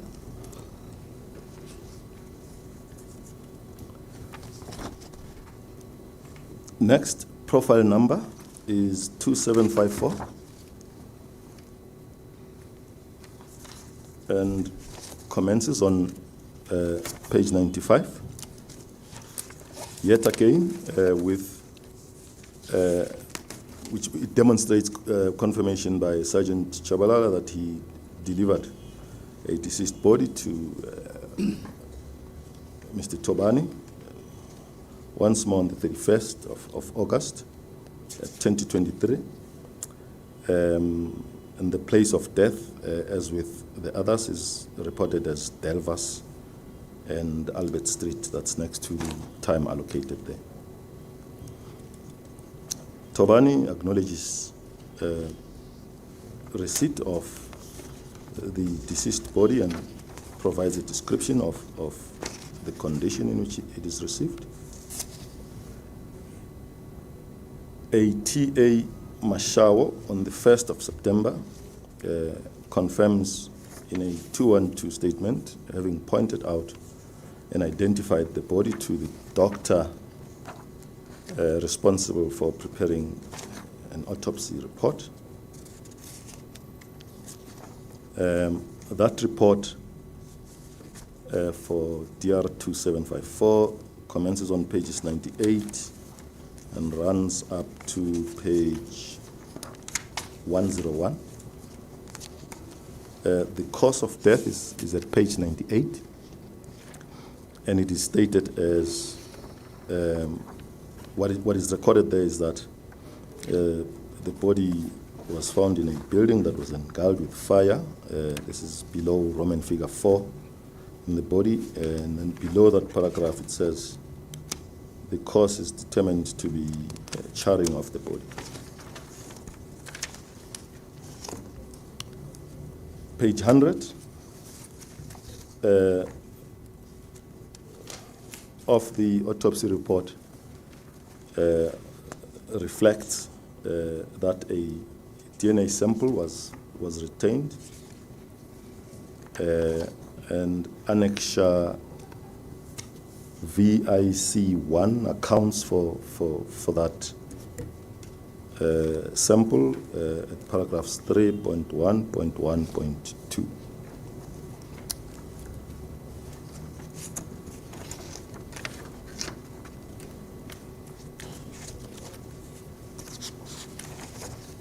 On page 102 is a section 212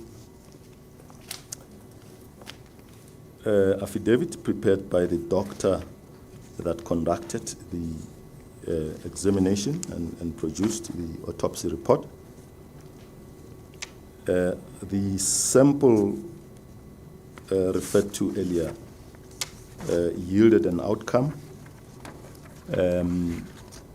The DNA sample yielded an outcome that is reflected on page 104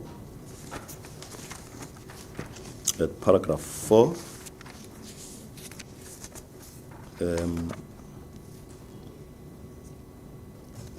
And what 4 states effectively is that a living parent made a sample available, which when tested against that of the deceased indicated that she is the biological mother of the deceased child. Biological father. Biological father. Pardon me, Commissioner.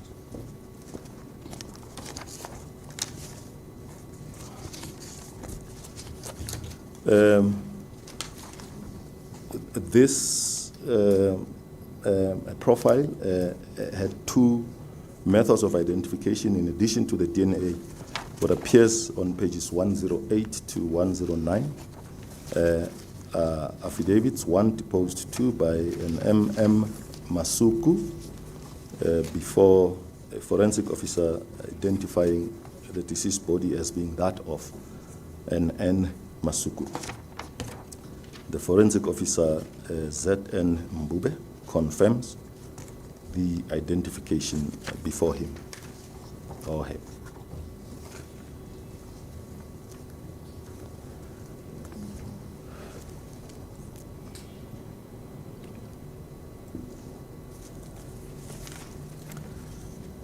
The next profile is 2796. It commences on page 112 with a substandard form indicating that Chabalala handed over the deceased body to Tobani on the same day, 31 August The place of death is Albert and Delvas Street.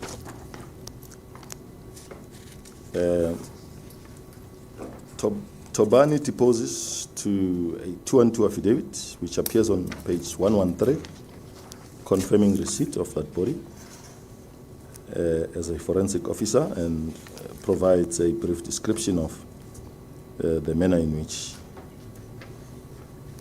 the body was received.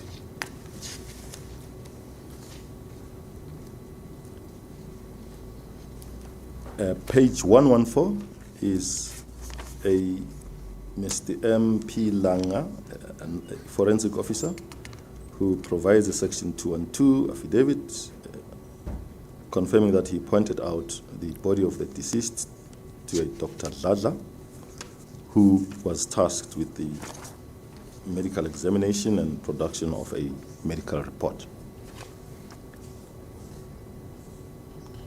That report is reflected on pages 115 to 117. At 115, it reports the cause of death as consistent with smoke inhalation. Page 117, the table below, is a section indicating the retention of a DNA sample for identification purposes. And the evidence of the forensic lab services, the warrant officer accounts for that sample as having been received by them and profiled in paragraphs 3.4.1 and 3.8.3.1.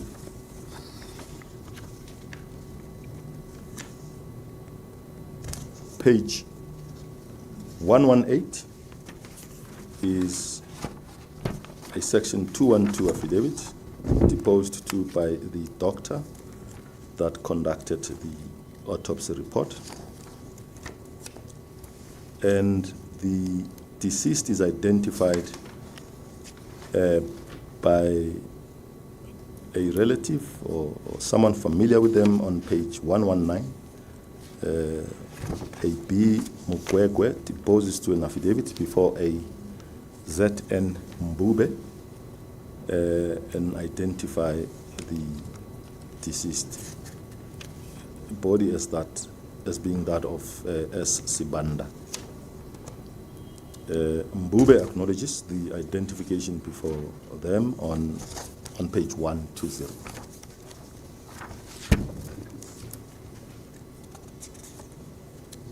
Next profile number is 2783 and starts on page 124 with Mr. Chawalala yet again confirming the delivery of a deceased body to Mr. Tobani. On the 31st of August, the place of death is recorded as Usindiso, Albert, Corner Delvas.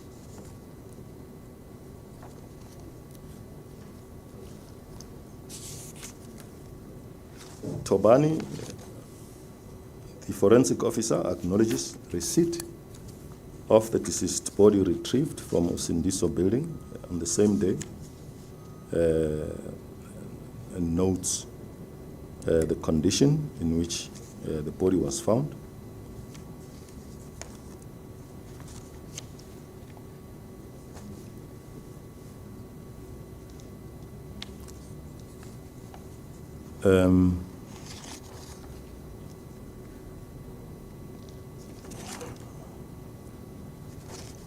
With the body now being with the forensic pathologists on the 2nd of September, this is page 126, a forensic officer points out the same body to the doctor tasked with performing a medical examination to prepare an autopsy report, and confirms that whilst it was under the care of the forensic office, it was not tampered with. The doctor's autopsy report starts on page 127.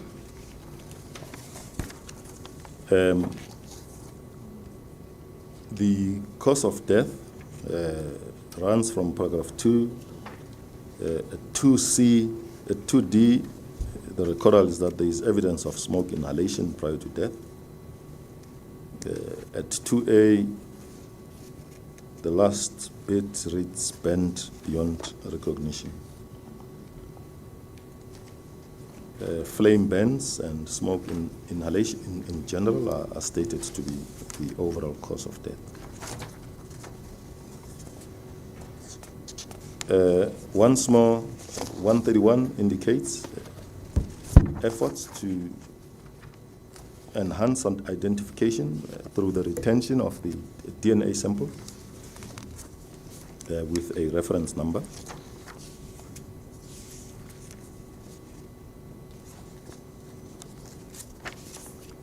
The sample is accounted for in Exhibit VIC 1 in paragraphs 3.5.7.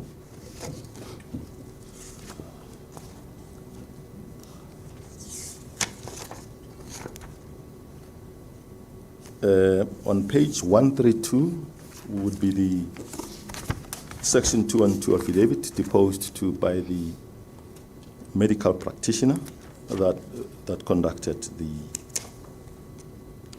the autopsy, the examination, and produced the autopsy report.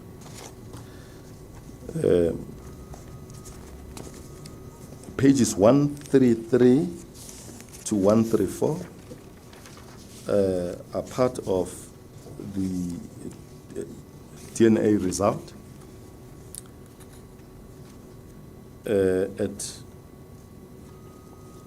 At paragraph 3, what appears as recorded there is that the living donor is a biological parent of the deceased, and the probability of parentage is recorded as 99.99%.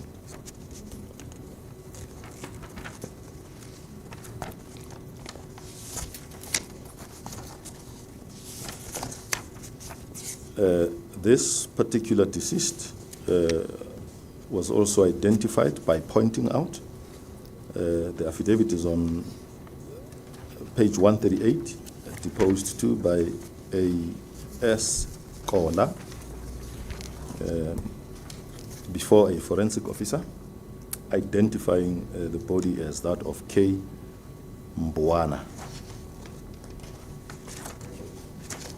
Page 139,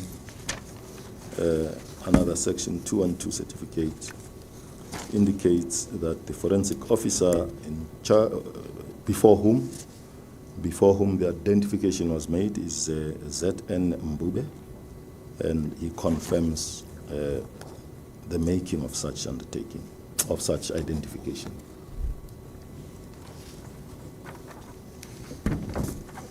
The next profile is 2758 and commences from page 157.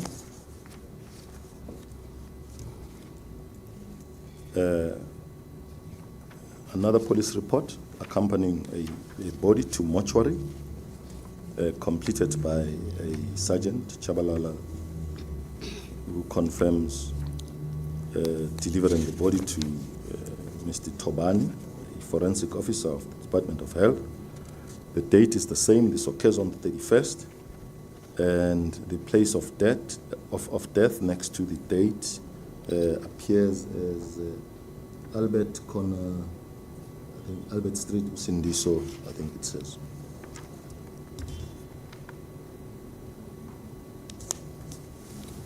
The bottom of that page, there's a further inscription that the deceased died due to the fire. Tobani acknowledges the deceased body on which he receives on the 31st of August after 1:30 a.m. before 2, and once more provides some description of the state in which it was found. A couple of days later, on the 1st of September 2023, a forensic officer in the morgue points out the deceased body to the doctor entrusted with the performance of the medical examination and production of the autopsy report. That the doctor does, and the report is on page 160. The cause of death is noted just below Roman figure 4 in the middle of the page as being burning following a building that was engulfed in fire. And then in general terms, next to the only bullet point on that page, it says charring of the body.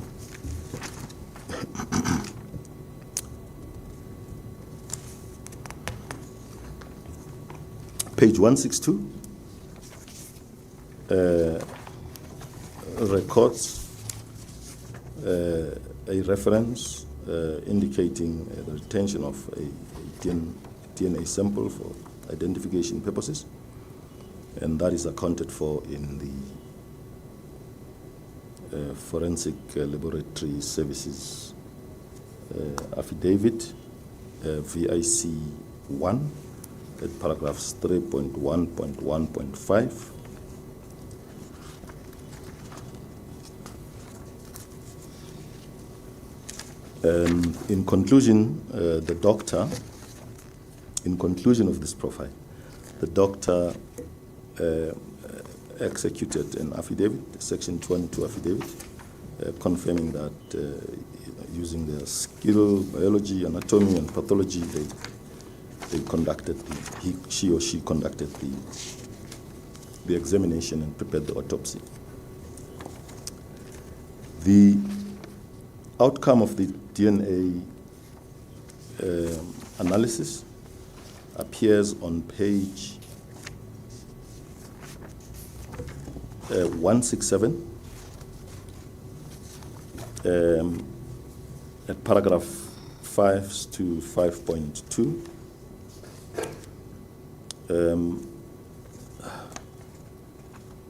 Once more, it would appear that the living donor parent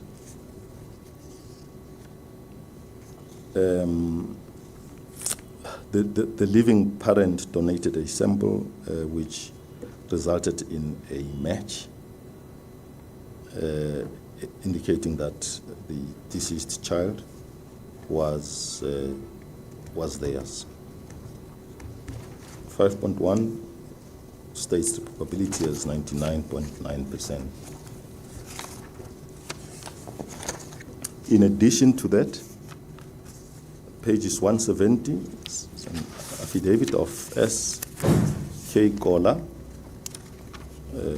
appearing before a forensic officer the 29th of September, identifying the deceased body as that of A. Mbwana, and the forensic officer before whom that was done confirms same on page 171.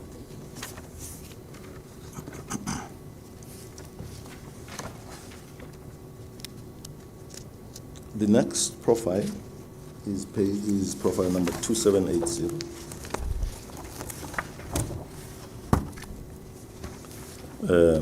The documents commence on page 174.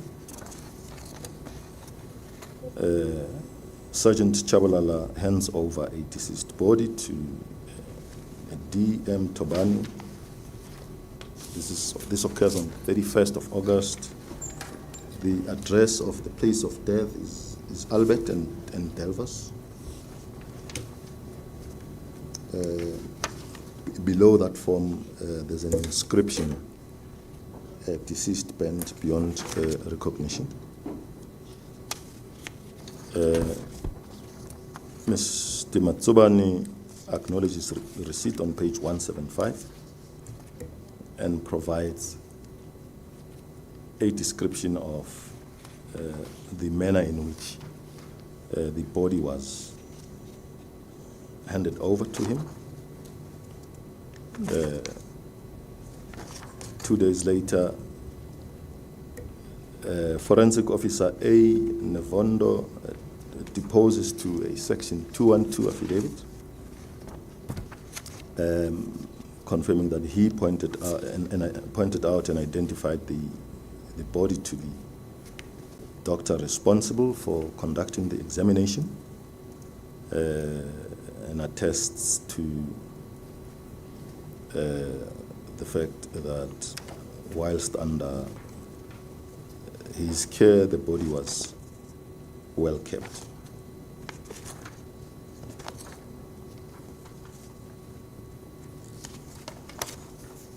The autopsy report starts on page 177, and as with the previous profile, under 2 records the causes of death, amongst others. 2A, bent beyond recognition. 2D, there is evidence of smoke inhalation prior to death. And in general terms, that flame burns and smoke inhalation is the causes of death.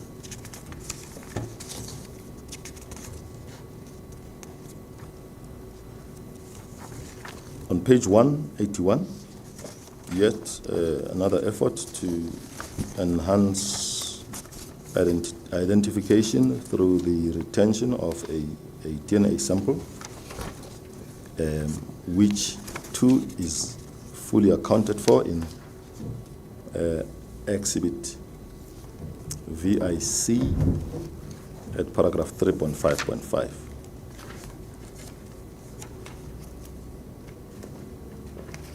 Page 182 is a section 212 statement completed by the doctor that conducted the medical examination and produced the autopsy report.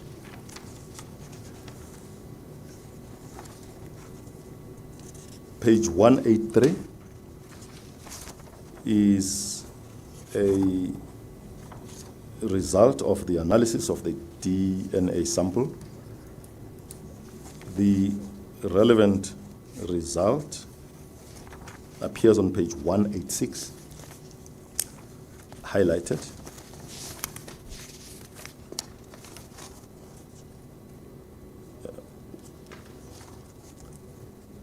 The reference number on the 4th line from the top of paragraph 8.1, the second one, corresponds with the one in the medical report that we referred to.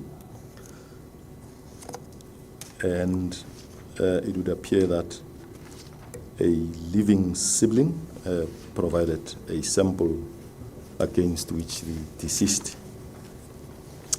was identified.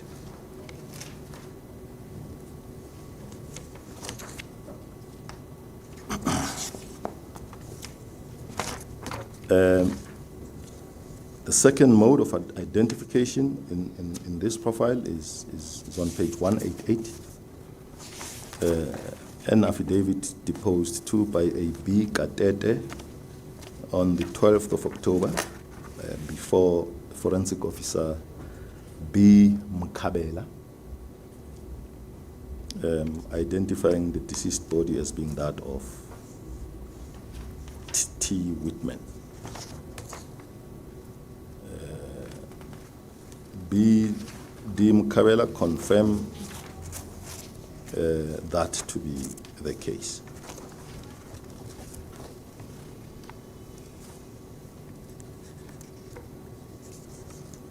Next profile, number 2868.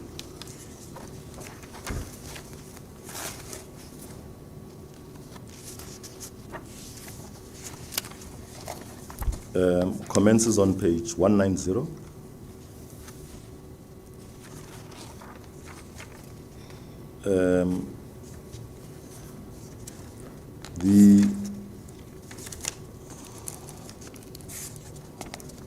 Just bear with me, commissioners.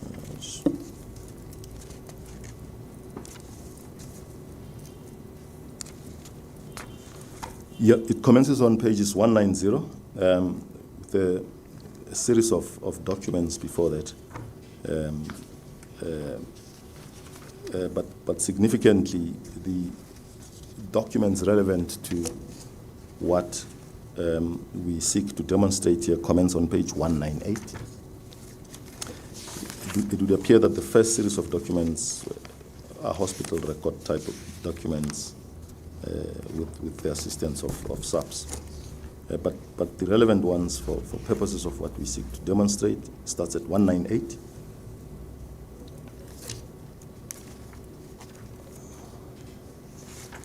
Mr. Chweni Machaba confirms a receipt of a deceased body from a Sergeant Signolo.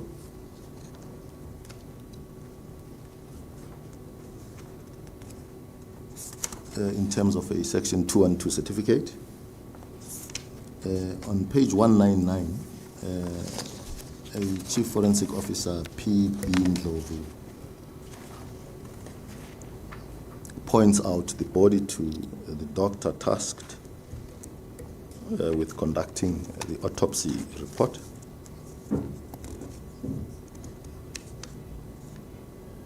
And confirms that whilst under his care, the body was preserved. The autopsy report commences on page 200.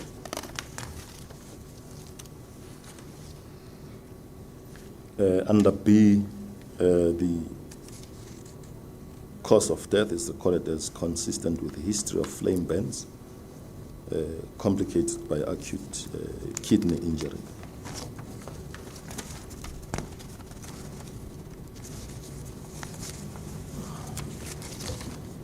Page 203 is a Section 212 affidavit completed by the doctor that undertook the examination, produced the report.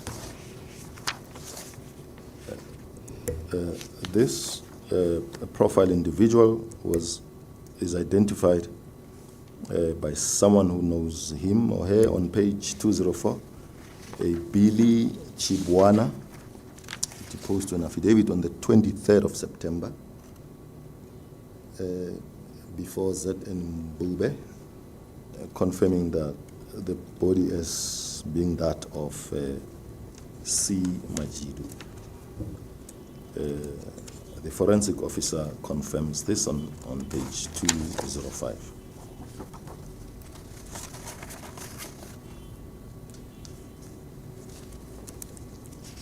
Next profile commences on page 208.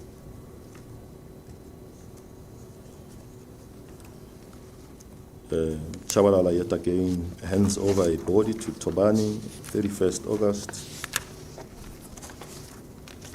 2023. The given address for the death is Albert and Delvas. The given address where the death supposedly occurred is Albert and Delvas. Page 209. D. Tobani acknowledges receipt of the body and provides a description of the condition in which the body is found.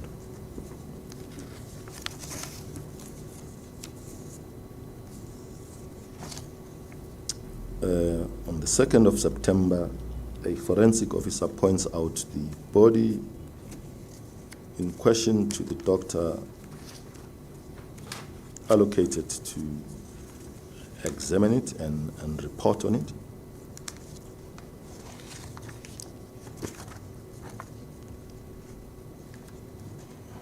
It's on page 210, and then on page 211, the doctor's report appears, and as with the previous two profiles, the cause of death is similar: flame burns and smoke inhalation.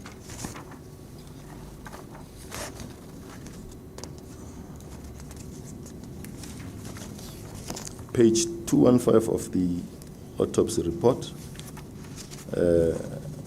records a reference of a retained DNA sample for identification purposes.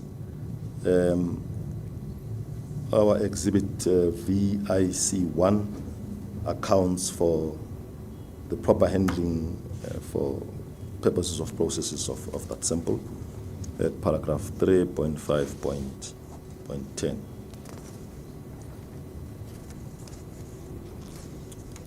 The medical practitioner that conducted the examination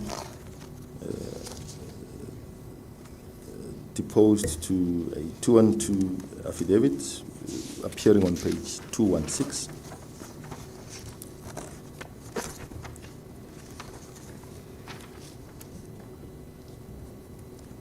The results of the DNA sample referred to earlier appear on page 217 at paragraph 2. And as with the previous one, a sibling, an alive sibling provided a sample that enabled the identification of the deceased as their sibling.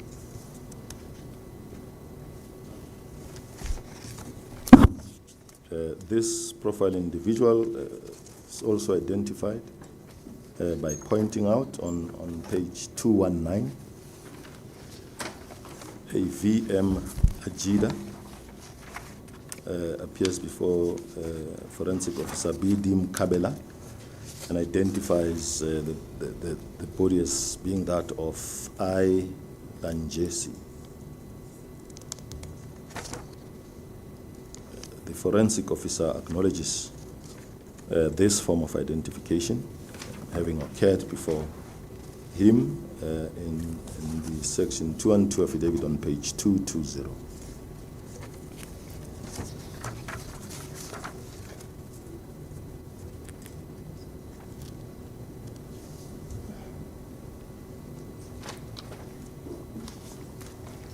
The next profile number is 2760.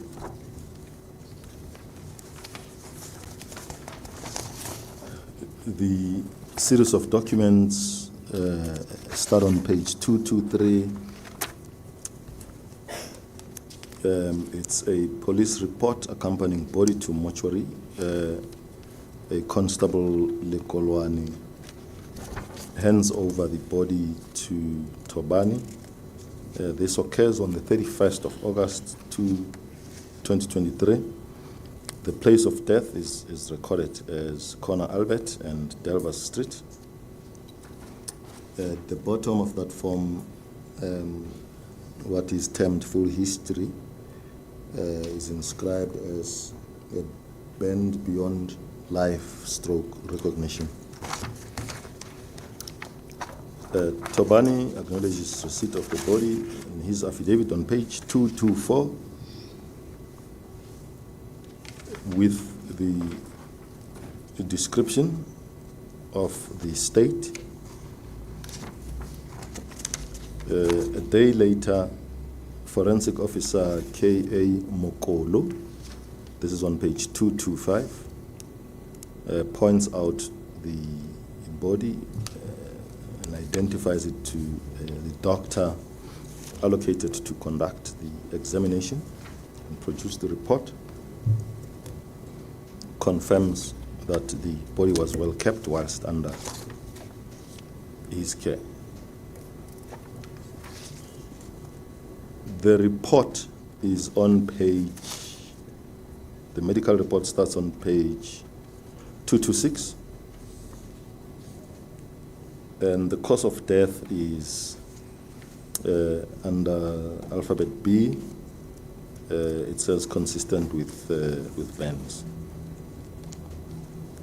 Page 228 records the retention of samples for identification purposes with the usual reference numbers.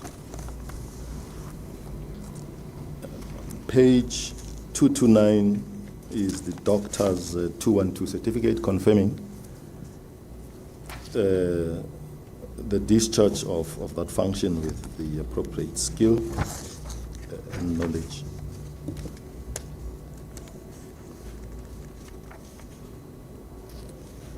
On page 230 is an affidavit by someone, N.R. Jali, familiar with the deceased, confirms the body as being that of an O. Moses. The forensic officer before whom this was done, Z.N. Mbube, confirms such identification.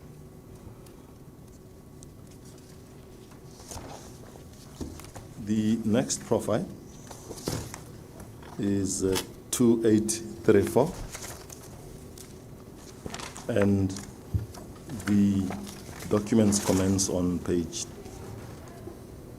234.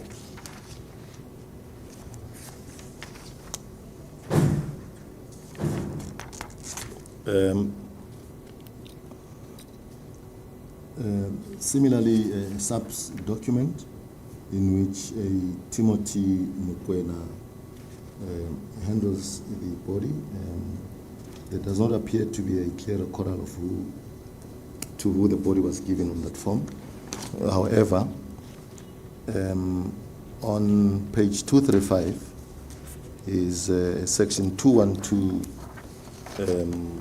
affidavit in which a VJ Twala confirms receipt of a deceased body from a Sergeant Mbata, and that, as with the others, comes with a description of the condition in which the body was found.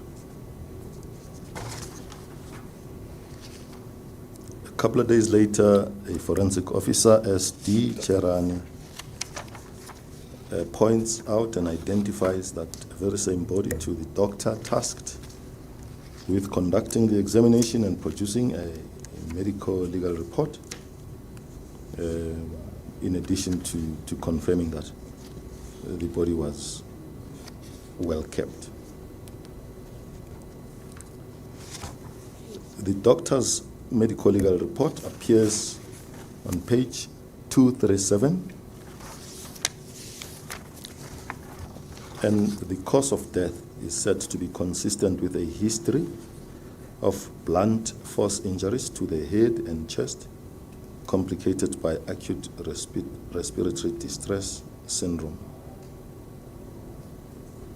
In the paragraph above that, the description says the deceased, presents with a history of jumping off a burning building.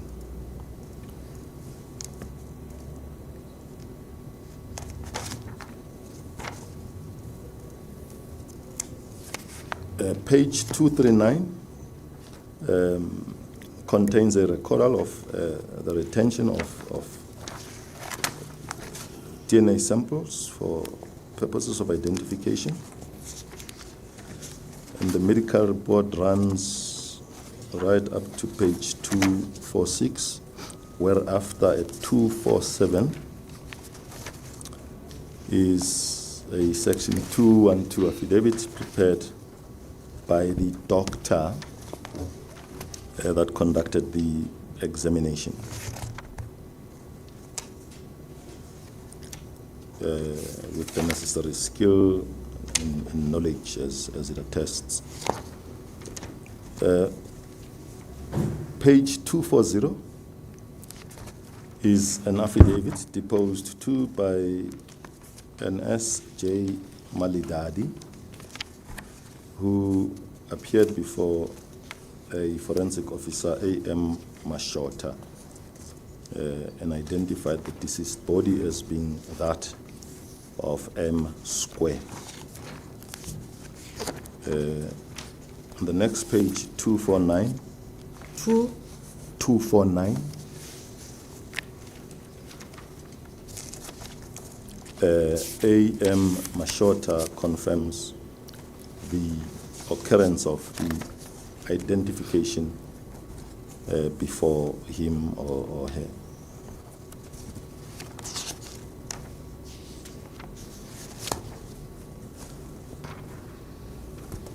The second last profile is 2757/23.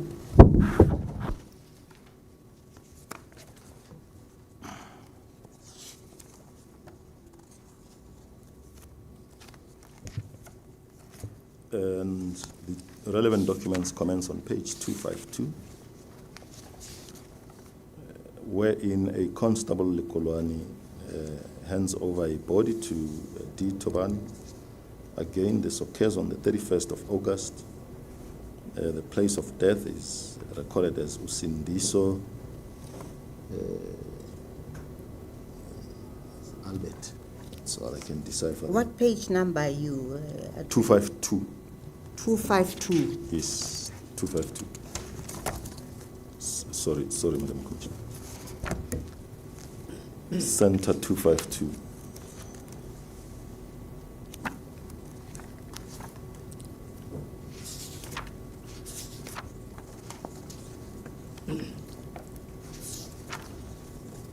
Yes. Yes, I was pointing out, commissioners, that the address relates to the building forming the subject matter of the scope of this commission, and the inscription next to, at the bottom, next to full history, there is the deceased band beyond recognition. 253 is Daniel Tobani's 212 affidavit acknowledging receipt of the deceased body and the condition in which it was found.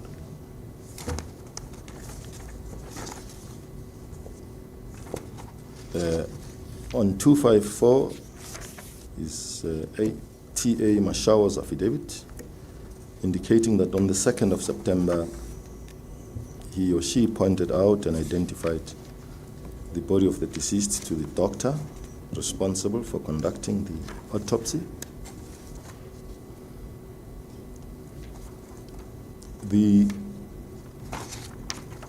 cause of death appears in the medical report that commences on page 255.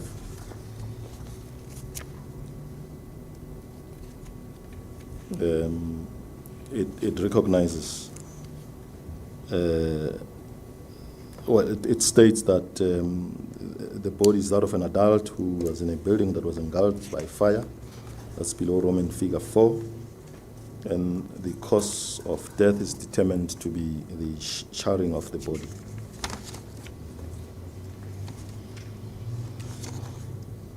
On page 257 appears a reference of a DNA sample that was retained for identification purposes. That sample yielded the results that appear on page 259, paragraph 2, wherein it appears that the sample of this deceased body matched with the DNA sample of the next profile. This profile being 2757, the other one is 2801, and this result demonstrates mother and child matching, a match of mother and child DNA samples.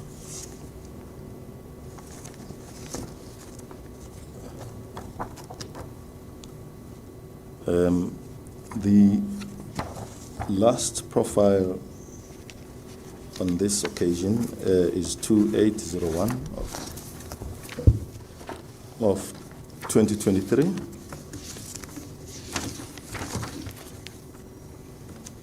The documents comments on page 263.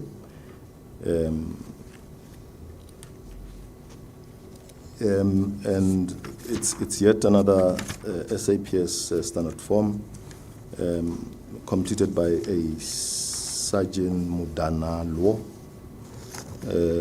who handed over the deceased body to Tobani. The date remains 31 August, and the place of death remains Albert and Delvas Street. Description at the bottom of the page is similar to the previous one's, deceased bent beyond, and it appears incomplete or truncated. Tobani acknowledges receipt of that body on page 264 and confirms that it was bent. A K.A. Mokolo on page 265 deposes to a 212 affidavit in which is confirmed that Mokolo pointed out and identified the body to the doctor assigned responsibilities to conduct a medical legal examination. The medical legal report is on page 266.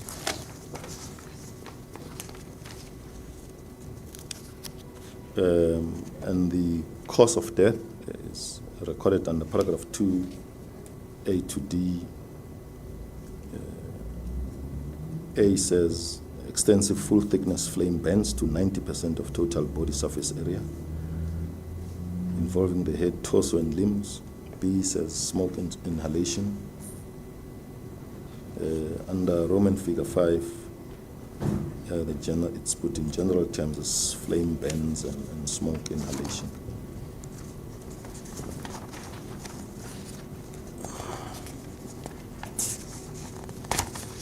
On page 269, proof of retention of a sample for identification purposes appears. And this proof, this sample yielded the results that appear on page 271. And these results are in effect similar to the reverse of the ones under profile number 2757, the latter being the mother and 2801 being the deceased child.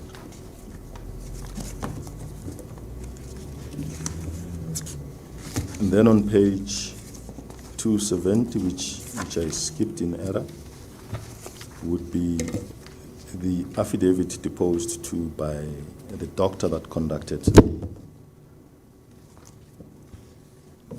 the medical examination.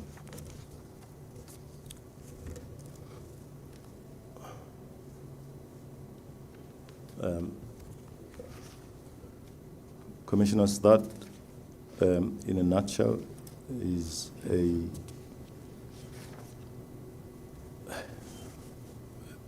a body of evidence which we believe demonstrates the various steps that the deceased bodies underwent from the time that they were collected from the scene.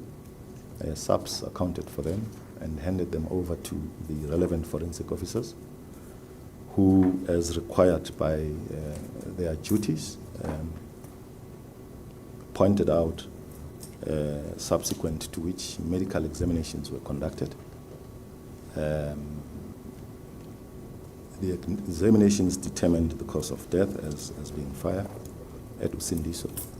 The DNA samples have assisted in some of the instances with the identification, whilst for the large part, the deceased were identified by people familiar to them. The profiles, as I indicated earlier, are accompanied by narrations, and the narration describes each annexure that I referred to. It would be the DR number and the number of the number allocated. We would ask that the documents be given the exhibit numbers as they appear on the narration. I omitted to place them on record and request that they be omitted. But to the extent that it is necessary, that can be done by going through a list on record. Yeah, will you do that, Mr. That will be done. What is then outstanding are the profiles of those who were not identified, were not capable of identification. If on a series of 1 to 7, these profiles score from 1 to 7, the remainder would score 1 to 5. It's a lot less documents because there is no identification of the deceased. But I note that it is almost 10 to 4, and I was wondering if the commissioners would want us to commence with that exercise or proceed with it in the morning. I think this would be an appropriate time to adjourn until tomorrow morning at 10 o'clock. Thank you, Commissioners. We adjourn until tomorrow at 10 o'clock.